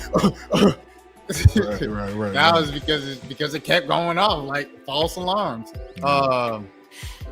This man needs to get his own house. That fire alarm is. So you guys hear it now, like because I remember earlier y'all was like, I don't hear it. Oh no, I said it was low. It wasn't that bad. We can hear it. Okay, It was low. Okay, Yeah. It's not that crazy though. All right, where are we going? Where are we going with this? I just got thrown off. Jeez. Now listen, man. You made a good point. I was saying what you said. Oh so yes. Okay. I got it. Okay, so I'm looking at just like recent history, right? So like. Simone Augustus was with LA. Okay, we got these young players. We got to make a decision. I think like the year before, it might have been the same training camp even. Ted Cooper and Arella, they both got cut, and that was like a huge deal. It was like, what is Derek Fisher thinking? Like they bought in Lex Brown. Had a good season. So then, okay, Simone Augustus say, you know what? I'm gonna just retire. I'm gonna just go join the coaching staff. She joined the coaching staff with the Sparks, and then she went over to LSU. You look at Sue Bird. People was pushing out Sue Bird. You know, they like, Sue Bird need to retire because she's taking up space. Diana Taurasi, people for the last 2-3 years, Diana Taurasi need to get out. She's taking up space. She's taking up spots for A, C, B player that keeps getting cut and stuff like that. Young players, young talent. And it's like, so it's just like when you see that, and then you see a player like an Angel who's kind of in that same kind of class and era as the aforementioned players, especially someone like Simone Augustus. I consider her like a peer, like they kind of came in around the same time. Yeah, no, it's just a more difficult spell to bring you back in to take out one of these coveted spots in the league. You know what I'm saying? I feel you. Like I said before, great point. I'm not mad at the point you're making. I actually, I could see your point. I also could see though, if a vet like that say I could still play, giving her a chance just to see. You know what I mean? Like I ain't gonna lie. She could be wrong. She could be wrong and come out. McCoughtry, like I said, you say you don't know if she one of the GOATs, but she's really good. She's the queen of Atlanta basketball. She's the greatest. To me, she's a GOAT. I'm talking about. I don't know how people view her. Because like I said, I tuned into basketball for her only. And Maya Moore was playing at this time. I also watched Maya Moore because she's Maya Moore, but I tuned in to see Angel McCoughtry. So to me personally, she is a GOAT. But I don't want to say it's almost like the Tracy McGrady. To me, my favorite player is Tracy. So if you ask me, talent-wise, who was better, I'm gonna tell you Tracy is better than Kobe. But I know people don't view it that way, so I won't say that to people. That's how I personally feel. You get what I'm saying? Is McGrady better than Carmelo? Yes. That's how I personally feel. But I won't make that argument because you want to know why? I'm smart enough to understand why people won't see it. Right? With Tracy McGrady's injuries, with him not making it out the first round, with all of those things that people could say about him, I understand why people would say, nah. Listen, I got into arguments because I told people Tracy McGrady is a better shooter, or I wouldn't say better. I'm gonna say just as good as Ray Allen, and people got mad at me. People got mad at me for making that take. People got mad, and my argument to that is go look at when Tracy went to Orlando. Go look at his 3-point percentages and look at Ray Allen's. They damn near identical. When you said it and you hesitated, I was like, I know this man ain't about to say Steph Curry. No, never Steph Curry. That's a different level. But the reason why. Yeah, go ahead. I was going to say the reason why I don't say those things, I feel those ways. Mm-hmm. The reason why I don't say those things is I understand that the masses don't feel that way. So it'll be blasphemous to say that. So that's what I was saying about Angel. That's what I was saying about Angel McCoughtry. I won't say she's a GOAT to people because I think they'll be like, hell no, you don't know about the blah blah blah. Right? It'll be all of that, and I don't want to do it. I don't want to deal with all that. So I get it. It's not like, you know how you could say something that you know is going to be consensus to the masses, so it's cool. And then you say something else that you know the masses is not going to agree with. No. I stand on that's those. What it is. Like I don't think Steph Curry is better than Wilt Chamberlain. I don't think LeBron's better than Wilt Chamberlain. I don't think Jokic is better than Wilt Chamberlain. So like, it's hard to compare. That's all different positions. Yeah. I understand what you're saying about Steph Curry, because what people fail to realize about Steph Curry is there's two ends of the floor. Steph Curry is great on only one of them. So it's hard to compare a player that's great on one of them to a player that's great on both of them. Oh. You get what I'm saying? So that I understand. The other ones is harder, you know, you could arguably say that the only reason why Giannis is so great right now is because of the style of play. Because if you change the game and you slow the game down to half court and give him the ball and say, give me a bucket, he ain't gonna look the same. He looks good because he's able to use his strength, height, and speed to bully past people. But if you take that bully away and you say, well, give me a bucket right here on a block, or just give me a bucket and a triple threat from the wing, he can't do it like a Paul Pierce. You know what I mean? Somebody else like that can't. So I could understand that one. LeBron James is a different monster, so I can't really compare LeBron to Wilt. They play two different games. It's really about what you like at that point. It's play style, because they both was great at what they did, and those are two players that you could pretty put anywhere on the floor and say, get me a bucket. And they probably Wilt to get you a bucket anywhere on the floor. You know, you can argue maybe not the three, but anywhere on the floor, Wilt could get you a bucket. LeBron could get you a bucket anywhere on the floor. No matter the style of game, they could get you buckets. So them two is different. Yeah, but Giannis and Steph, I can understand that. Chris said, I got Wilt 7th on my GOAT list, but it's not fair to evaluate people who are still playing.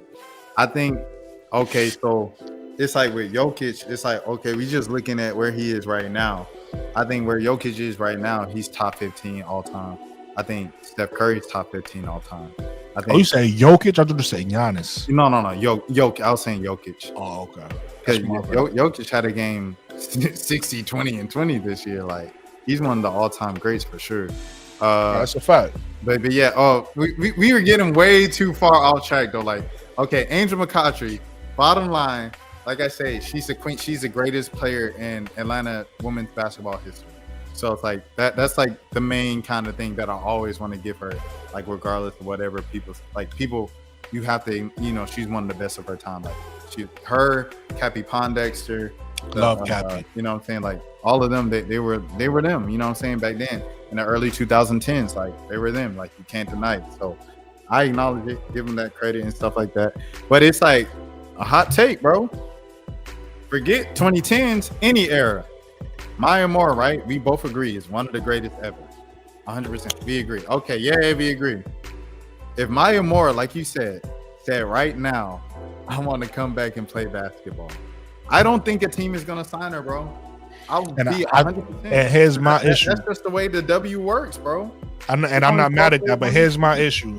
My issue is, I think it's crazy that if it's a low risk, I think no team should sign her to a max deal, right? No team should sign her like, we're gonna grab Maya and then we're gonna play through Maya, and then that'd be crazy.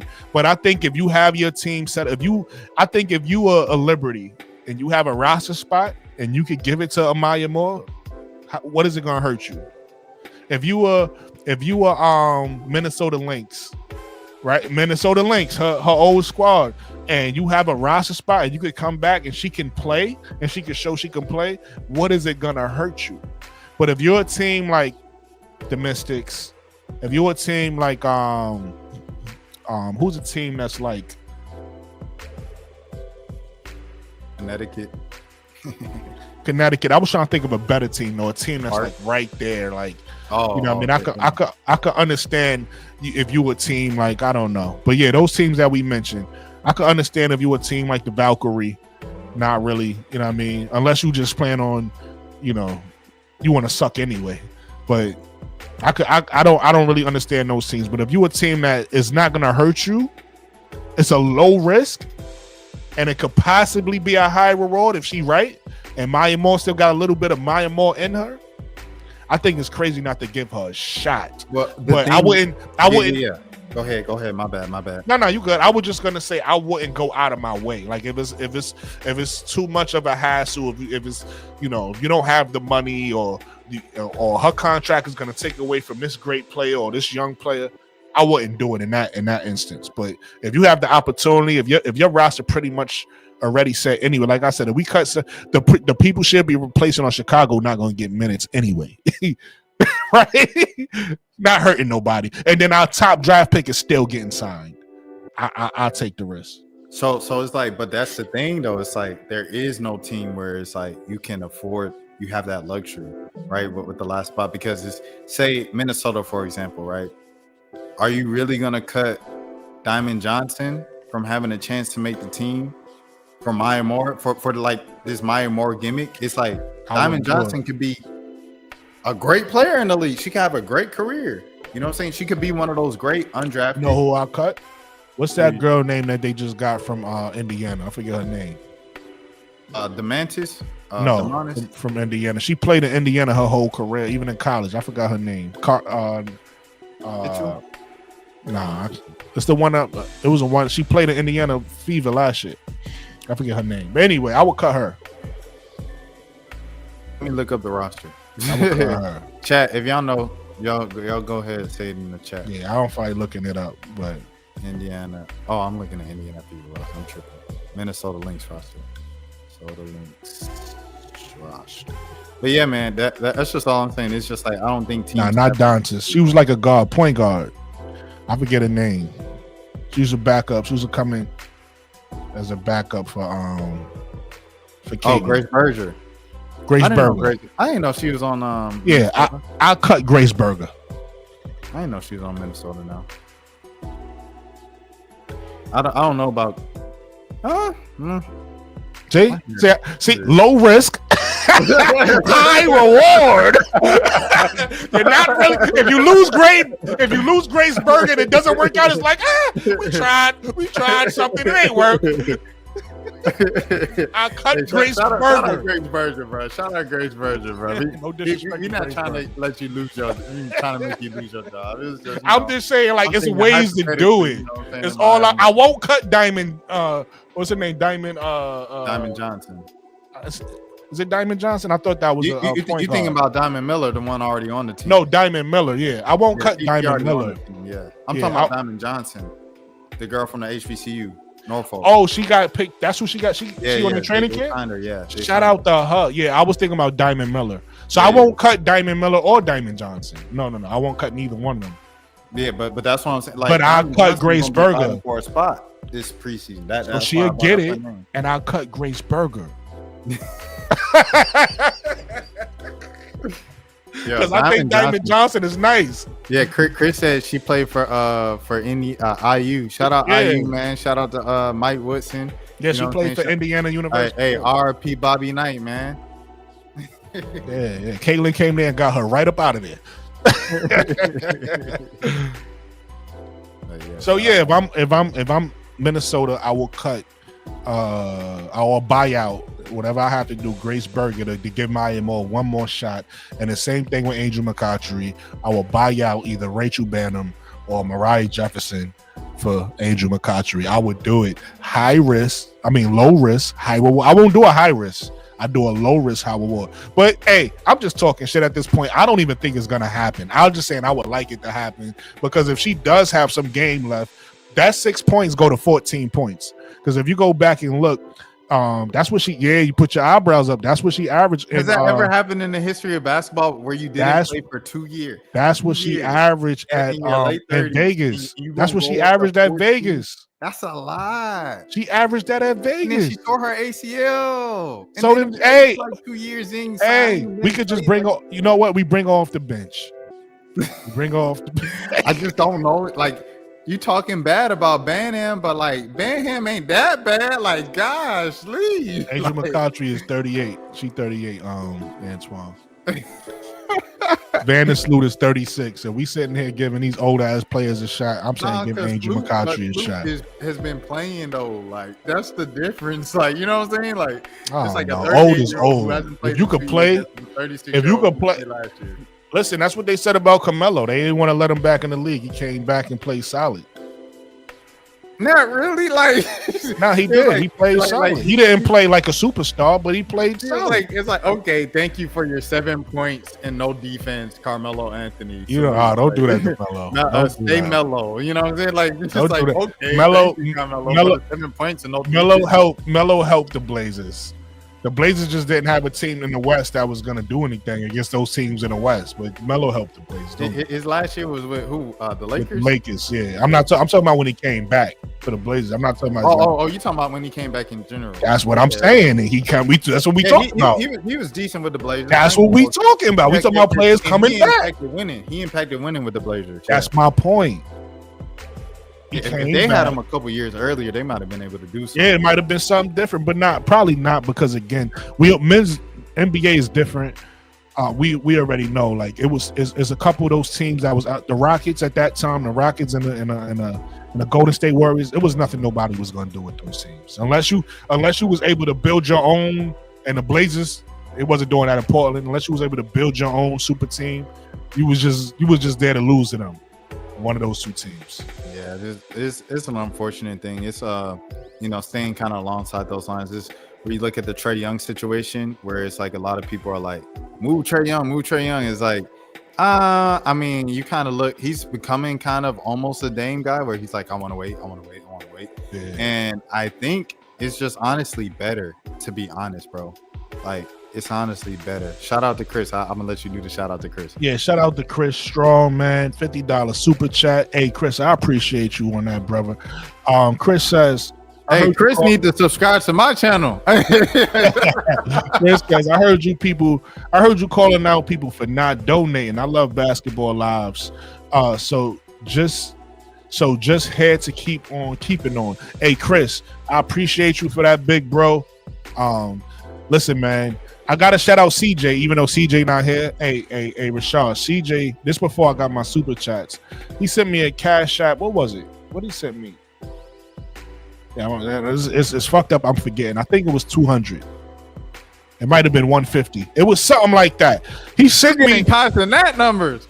Hey, listen, they don't. hey, that was the only one he sent me, but I guess he was making up for the month. I don't know. But listen, I gotta shout him out. I gotta shout out my brother Gamble. Gamble was the first person to send me a super chat. He didn't send me nothing big, pause, but he was the first person when these things started to send me a super chat.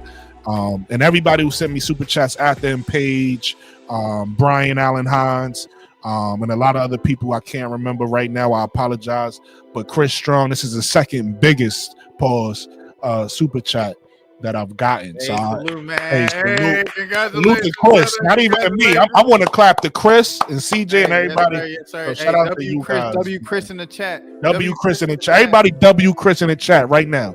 W Chris in the chat, man. W Chris in the chat. Hey, but I appreciate real talk though. I do appreciate Chris for this because again, this is time. I got a real day job, right? This is time and energy for me. I don't just do this.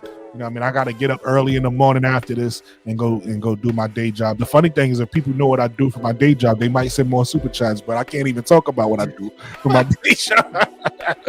Right? I walk around, people be like, thank you. We appreciate you for what you do. No problem. No, 100%. But like going back to what I was saying beforehand was like the Trey Young situation, right? So it's like Trey, wait. Everybody, let me post it in the chat too. I'm gonna post it. Listen, everybody, shout out and go follow my brother Rashad Milligan. He's a big dog. I know y'all don't know it. And it's my fault because I was in the midst of conversation, so I didn't really give him the proper introduction. But Chris really does this, right? He goes out to games. He's media at games. He done met, and then if you look at his intro, he done met the likes of like Jeezy and all types of, listen, he got stories on top of stories of celebrities he done been able to chop it up and meet with, ask questions to. You know what I mean? He follows the WNBA. You also report, he reports on the NBA and the WNBA, right? Both leagues. Yeah, I just wrapped up my 10th season with the NBA with the Pelicans this year. So listen, everybody go subscribe to Rashad, and listen, not only go subscribe to Rashad, show him love on his lives. He do lives too. He does lives about a bunch of different topics too. I ain't gonna lie though, like I'm okay if you don't watch my lives.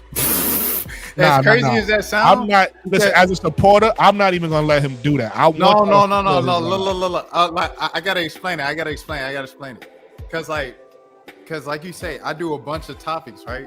So it's like sometimes I'll be on a roll because I'll be by myself. So I'll be like, and Americans, and then somebody would put it in the comment. and then I like sidetrack and like mention their comment, and I go down a whole nother row, and then We do forget that. what I have to say, and I clip up my live for videos. Well, And can I that's give where you advice? I allow people to comment on that. So. Can I give you advice then? Because Go ahead. so people do lives two different ways.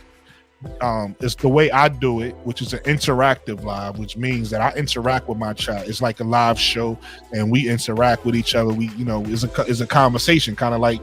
And then it's another way to do lives, which you probably should do, and that's where and it's gonna sound bad, but it's not bad. It's just for the content. But you pretty much ignore the chat, right? You pretty much, because you, not seriously, I know it sounds bad, but because what you're doing is putting on a show. Like, you're doing a show that people could come and watch live. So if I was you, I wouldn't necessarily, because if that's your case and it throws you off, I wouldn't interact with the chat. Or I would just let people know, hey, I'll interact with y'all at the end.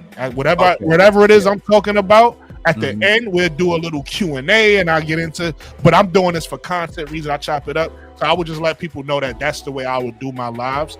So that's just my advice to you. This way you could get through your lives. You can have your content that you're going to chop up, and then you can let people know, hey, at the end, if you stick around, I answer some questions for you, whatever.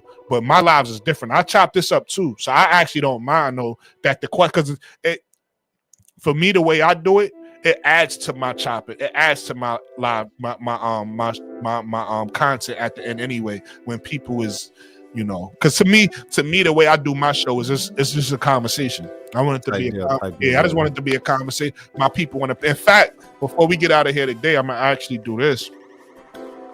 I'm gonna let anybody who want to pop up and give their opinion on anything we talking about. In fact, at this point in the show, if y'all want, because Rashad is so knowledgeable, we can actually talk about the other things that's going on. We can talk about other training camps if y'all want, and we could talk about Malaysia going to LSU. We could talk about Kiyomi at Penn State. We could talk about anything y'all want in basketball. We could talk about it. I think the girl Sarah Williams just committed to UConn. We could talk, like I said, we could talk about these other training camps. There's a lot of shout out. I just watched the Phoenix. I don't know if y'all seen Phoenix. I just watched their videos a little earlier. See, we got somebody right here. Chris, hey, Chris, hey, let me thank you in person, man. I appreciate you for the super chat, my brother. You muted. You might be muted, Chris. We can't hear you. Hello? Yeah. Yo, W Chris in the chat. Everybody spam W Chris in the chat, man. Stop being lazy, man. And make sure y'all hit the like button. If you're watching this and you ain't subscribed yet, subscribe to the channel and go subscribe to my brother Rashad Milligan's channel as well. He does sports. He does more than sports. You do what you do, politics. What else? Yeah, he does a lot. I don't shut up and dribble on my page, man. You know what I'm saying? So if you're looking for basketball on my page, you're gonna be mad because you're gonna be like, why don't he shut up and dribble? So I ain't even gonna hold you on that. I'm not even gonna false advertise. But I don't know. I just talk about whatever I want to talk about because it keeps it fun for me. I mean, at the end of the day, like, yes, we are doing this like to help find another way of income and things of that sort.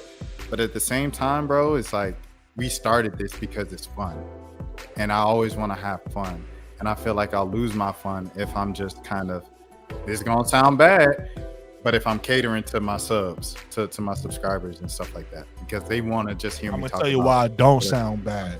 I think the thing that every sub, anybody who subs to a channel, I think that the thing that they appreciate is most, more than anything else, is honesty. And I think the fact that you being honest with them and saying, yo, I want to do some things I love too, or some things I think they respect that and will make them want to sub to you more, right? Because it's like you letting them, they might learn something. Different people subscribe to different people for different reasons. They might say, yo, I want to subscribe to Rashad, because I'm not going to lie, I learned something on your show. I didn't know, because I don't follow all the trends of social media. So when you was doing the show about that guy that was mad that people was taking his morning routine or something. I didn't know what the hell you was talking about. I didn't know what you was talking about, and I heard about it afterwards. But I was about to comment and say some dumb shit. I said, "Oh, good thing I didn't," because I was about to be like, "Yo." This is what I was about to comment. I was about to be like, yo, man, I understand what he's talking about because I go through that too. I hate when people be biting, like, because I'm a creative person. Oh, yeah. So I could do something and people would steal whatever I create. So I was about to relate to that. People don't steal. But I didn't. No. But I didn't know. Hold on. Yeah. I didn't know his story. So I was about to relate to him, not knowing he was the one that was delusional. You get what I'm saying? 100%. Like, hey Chris, what you want to say, man? You up on stage, man? What you want to say? Can you guys hear me? Yeah, you go. Yeah, we can hear you. Loud and clear. I mean, I just like to talk ball, man. I know basketball in and out. You know, WNBA, NBA, Right, and I got a job where I really don't work that much, so I got a lot of free time, and it's just a passion of mine. So I'll talk about anything. Like, we bring up any topic, and I'll have some input. I don't, off the top of my head, I don't really know what you were specifically looking for. You said we could talk about anything. So anything going on in the W? Anything? We got 5 minutes left in this game, y'all. 5 minutes left in the game. Minnesota's up by 3. I don't want to say too much because I think like live broadcasting is like illegal from the FCC, so I don't want to say too much. But it's 5 minutes, a 3-point game. Hopefully, Ant-Man could pull it out, man. Ant-Man, get it done for the A. But anyways, like I was saying, way back when. To the point that I wanted to make. So Trey Young, bro, the thing is that I think we learned from Dame, because I feel like Trey and Dame have had similar kind of paths as smaller quote unquote guards, right? So it's like Dame stayed forever in Portland and then finally put in the trade request. Yeah. He left. He sees the grass ain't always green on us. He went to a team with a superstar. He didn't go to Miami like he wanted to, but he still went to a team with another superstar. And now he sees the grass isn't always green on the other side. So what I'm saying with Trey Young, I think Trey Young has seen how it went for Durant, where even though KD won rings, people weren't giving him the credit for the rings because he went to Golden State for it. Right. And every other time he's still trying to find it. He hasn't found a home since OKC.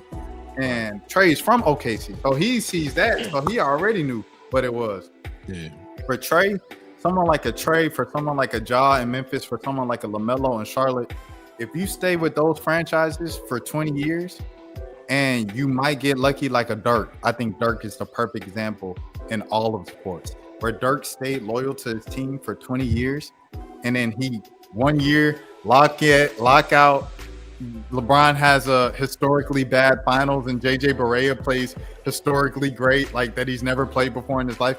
And you sneak in one, you sneak in a championship out of those 20, you're solidified forever. Dominique Wilkins has no championships with the Hawks. He got a statue, you know what I'm saying? So it's like, everybody ain't gonna win the championship. Every star ain't gonna win the championship in the league. So for me, I prioritize after a while, if I'm loved by a city, I'm going to just stay at that city as long as I can and become a franchise legend. I'd rather do that. I feel like it's profitable after you retire, everything like that. You have a base. So that's how I feel. Go ahead. No, you go, Chris. Go ahead. I was going to say Trey Young. He's like a Steph Curry, kind of Caitlin Clark to a little lesser degree. Like, his game is exciting, and he is an amazing offensive player. But did you just say Trey Young is a lesser degree of Caitlin Clark? Trey plays like Caitlin. And also Steph Curry, but he's a great offensive No, but player. that's funny to me because, one, I believe Trey is older than Caitlin. Just to say Trey plays like Caitlin is hilarious to me. But yeah. I was just using a comp. No, I know. It was just funny to me. It was funny. But he needs a defense to surround him. Like, if he could play for like the Spurs in the 90s with absolute freedom, that's the type of team he needs, because he is not doing shit for defense.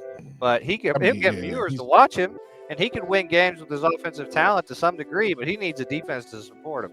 Yeah, that's a fact. You think about Golden State, obviously, like, Brooklyn, if you was about to say this, like, Draymond is one of the better defenders of his generation. Iguodala was amazing at his peak. And then they brought in guys like Harrison Barnes and, I'm saying, long wings who get steals. Sean Livingston, even at the beginning of that championship. Yeah. I mean, that's the coaching staff. That you got to be creative with the players you got. because every player is built differently. So you got to be creative with the players you got and figure out what players best is going to fit this player to try to help cover up their weaknesses. But what I was going to say was, I'm going to push back a little bit on what you were saying earlier about staying in the city. I'm not mad at what you're saying about staying in the city, but I will say this. I think it depends on your organization. I think it depends on how well do you trust the owner, how well do you trust the general manager, right? Because it's their job to build around you. It's their job. So if you have aspirations to win, if you just love the lifestyle that basketball provides you, of course you might still want to win, but you know what? I love the lifestyle. Cool. I'm young. I could play. Then cool. Stay in your city forever and don't care.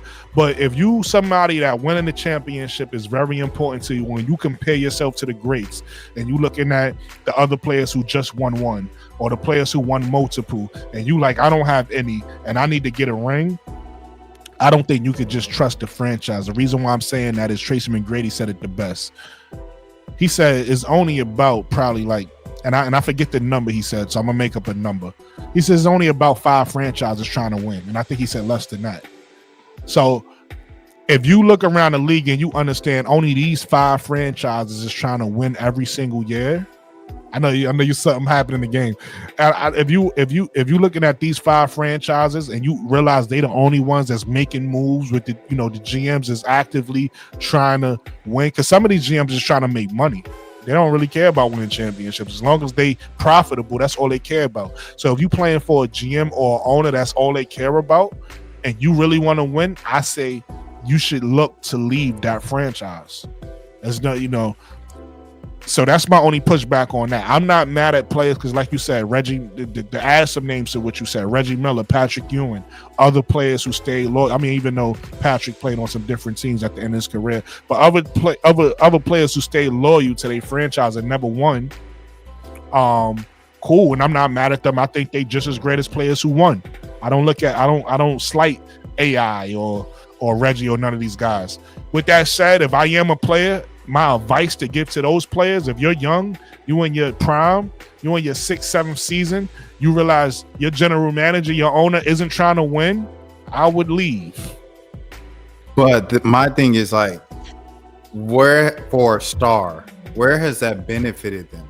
Because I feel like the biggest example of this is the only one I can think of at a star level is KD, right? Like he's a star that like intentionally left his team, like, you know what I'm saying, that didn't have a championship before and then won the championship because he team. Dennis Rodman? But Dennis Rodman wasn't like the superstar. And you know what I'm saying? Like he was like one of the better players in the league at the time. But he made himself into a superstar. He'd never have to buy a drink entire his life there in Chicago if he goes there. Whereas, opposed to like Ben Wallace, who created it from the ground up, but Katie's a good example. You're right. He's been a superstar at every team he's ever been to. Only pushback I would say to that is I think Dennis Rodman is a super, because we gotta be careful with the word superstar. He's a superstar on the court.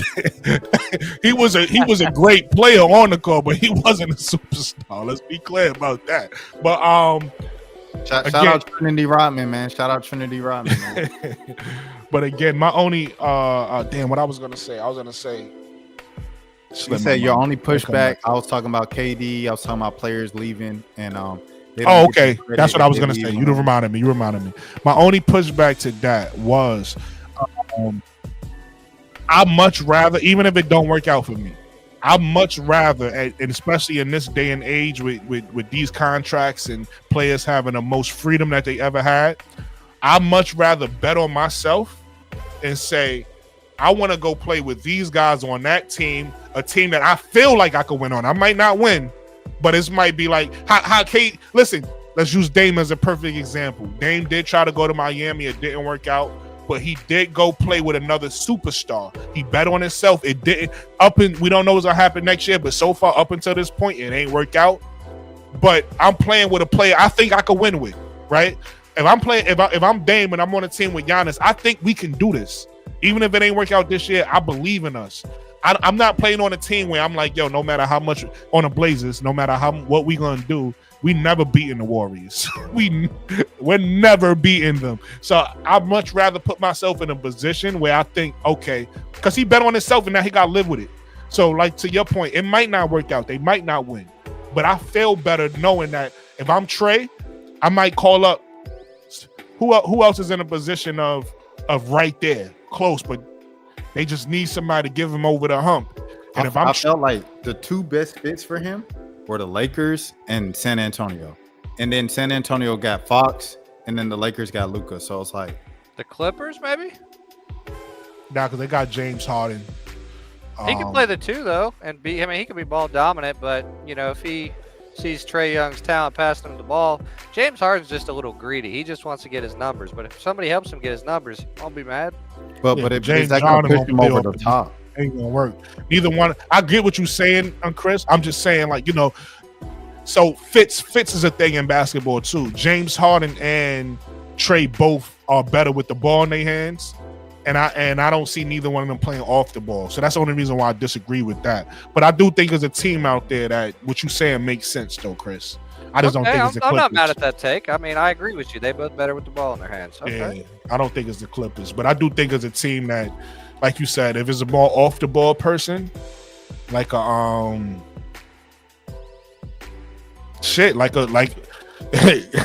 like a fucking Minnesota, right? I could see him playing next to Michael Conley is a little older. I could see him playing next to an Ant-Man. Him and Ant-Man, I think, can coexist with each other. Ant has the ball in his hands a lot, in my opinion, right? But he does when he takes over. To me, Ant-Man doesn't mind sharing either. You see that with DiVincenzo. When DiVincenzo comes off the bench, it's almost like DiVincenzo plays a little bit of the one, and he gets Ant-Man the ball, but he played in, you know, his score too, but he plays more like a one. So that's what I'm saying. I could see a Trey Young going there, playing a one, and them sharing the ball a little bit more than James Harden. James Harden not sharing the ball. Like, to Chris' point, I could see Ant-Man sharing the ball because down the stretch, the ball is probably going to be an Ant-Man hand because, you know, he want to go dunk on somebody. 100%. These boys really about to do it, bro. That's crazy. That is crazy. All right, so y'all got to think. Like, and I'll say this in a couple minutes on my own channel, but hey, listen, you about to go live after this? Yeah. Because I'm about to wrap up. Yeah. Listen, I just posted Rashad's page, so y'all go subscribe to him. By the way, I appreciate it. By the way, yeah. Listen, all y'all go subscribe to him. He's about to go. What time you going live? Right now? No, after this live. I'm about to end. Live, I got work in the morning. I'm about to wrap up. That's what I'm saying. What time are you going live so they know? As soon as the game in, I'll probably go live. Yeah. I'll probably go live. What time is that? That's about what? Probably it's 12:50. So I don't know. We probably got like what 5 real minutes before the end of the game. So pretty much like around 1 o'clock. Type deal. Yeah.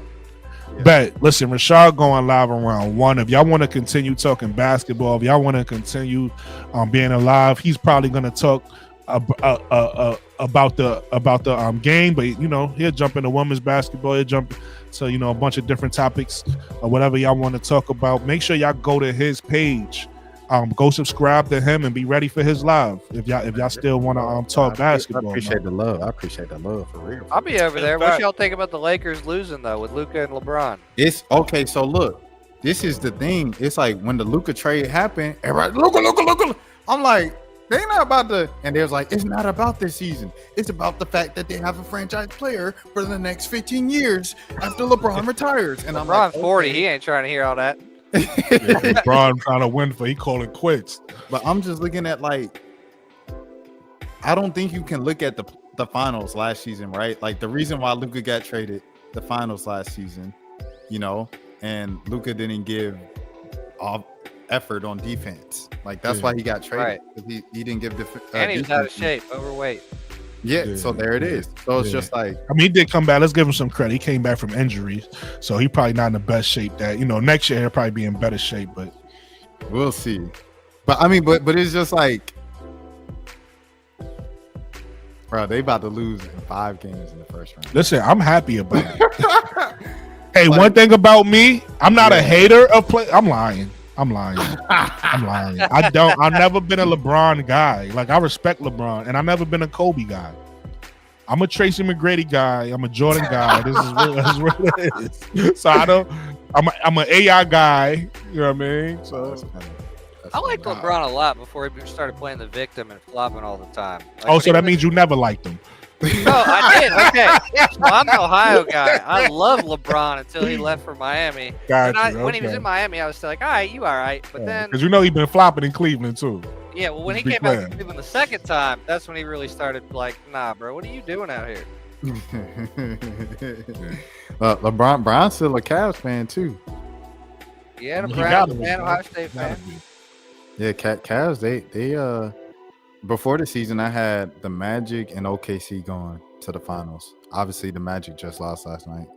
You had the Magic going to the finals? Because it's always a random team in it. You know what I'm saying? It's always. Yeah, I'm with you, Chris. Did you hear how Chris, like at the end of the finals, his voice went up here? Finals? Yeah, I'm with you, Chris. It's always a random team that makes the finals that you don't expect before the season. Hey, so they still had Dwight Howard in his prime. I'm with you, dog. So it's like, you know what I'm saying? So I picked the Magic. But anyway, regardless, it's looking like it's just going to be the obvious Cleveland and OKC. Yo, but listen, let me wrap it up so y'all can go ahead and switch over to Rashad's channel. Rashad is he's going to talk about something that you want to give him a hint of what y'all going to talk about, because you said you don't want to say it till you get to your channel. About this game, I don't even know what I'm about to say about this game. I ain't gonna. So just the fact that Ant beat in back-to-back years KD. All right, so y'all got y'all topic. He about to talk about in back-to-back years when Ant was able to do in the playoffs. You got Bill Belichick talking about his girl, Sanaya Rivers' mom. Rest in peace. Bill Belichick, crazy. Don Staley got a statue, and then I guess I'll talk about Sarah as well going to UConn. I'll just add that. Listen, Bill Belichick is. Hey, listen. If you're gonna talk about Bill, you might as well talk about Shannon. I don't know. Oh yeah, I already talked about Shannon about 2-3 times. Until some new stuff come out, it ain't no more. Man. Yo, Julius did it on his old floor. Okay, all right, my bad. Well, thank you for the live perspective, and thank you, Rashad, for tuning in and giving us a bunch of great content. I know all the listeners appreciate you guys giving your time and energy. You guys are good basketball knowledge people, and from a fan, we appreciate all the content we get. Hey man, Chris, you already know you've been on my panel before, so you already know it's always love. And I want to say shout out to everybody who came through today. Shout out to Mikachu, shout out to Rashad, shout out to Chris for gracing the panel. Also, shout out to Chris, and shout out to I forget her first name, Sharice De Jesus for the super chats today. Shout out to both of them. Shout out to everybody who participated in the conversation in the chat. Shout out to you guys. Make sure y'all hit the like button, please, on the way out. I appreciate that. If you ain't subscribed to the channel yet, make sure you subscribe to the channel. You feel what I'm saying? And if you watching this on the playback, just holler at me in the comments. You already know. I talk back. You know what I'm saying? Danielle says good night. Good night, Danielle. Good night to everybody. And listen, man. Everybody have a blessed night, man. Everybody go over to Rashad's channel right now. If you still got energy, if you're not sleepy, if you want to hear more basketball, the party ain't over yet. Go to Rashad's channel and just have some jokes and talk about Bill Belichick old ass, and then also be serious, man. Now, I mean, be serious, man, because let's be clear. Chris, I'm gonna be honest. If it was a different complexion, will we still be cool with it? Because right now it's laughing jokes. You dating your granddaughter. But a lot of people would get killed, right? A lot of people are killing Bill and also Shannon for that same that's thing. What I'm saying. Right. That's what I'm saying. Let's make some jokes about it, but let's also have a real conversation because he basically dating his granddaughter. Let's be clear. Yeah, they both wilded out. That's what happens when you get a billionaire, I guess, or millions and millions of dollars. A fact. That's a fact. Listen. When you get to Bill Belichick status, you could go get a job at a college and start dating the freshmen. Hey, facts, man. Girls have to have Lil Dicky has a line about that. He was like, yeah, Dicky, you too old to be with all these kids. He said, yeah, I know, but it's a lot less creepy if you can rap, though. There you go. That's how people feel. I never heard that shit. When you got status, that's how people feel. It's a lot less creepy. But all that and more on Rashad's Live, starting up in just a couple minutes. All right, so look out for that. It's starting up in just a couple minutes. If y'all want to see it, y'all gotta go subscribe to his page and y'all gotta turn on the bell notification, and it's gonna pop up for you. And then y'all there and y'all talking more basketball, just like that. Hey, everybody have a blessed night. I'm out of here. My name is Brooklyn Nadies. This is you tuned into The Perspective, and everybody have a blessed night, man.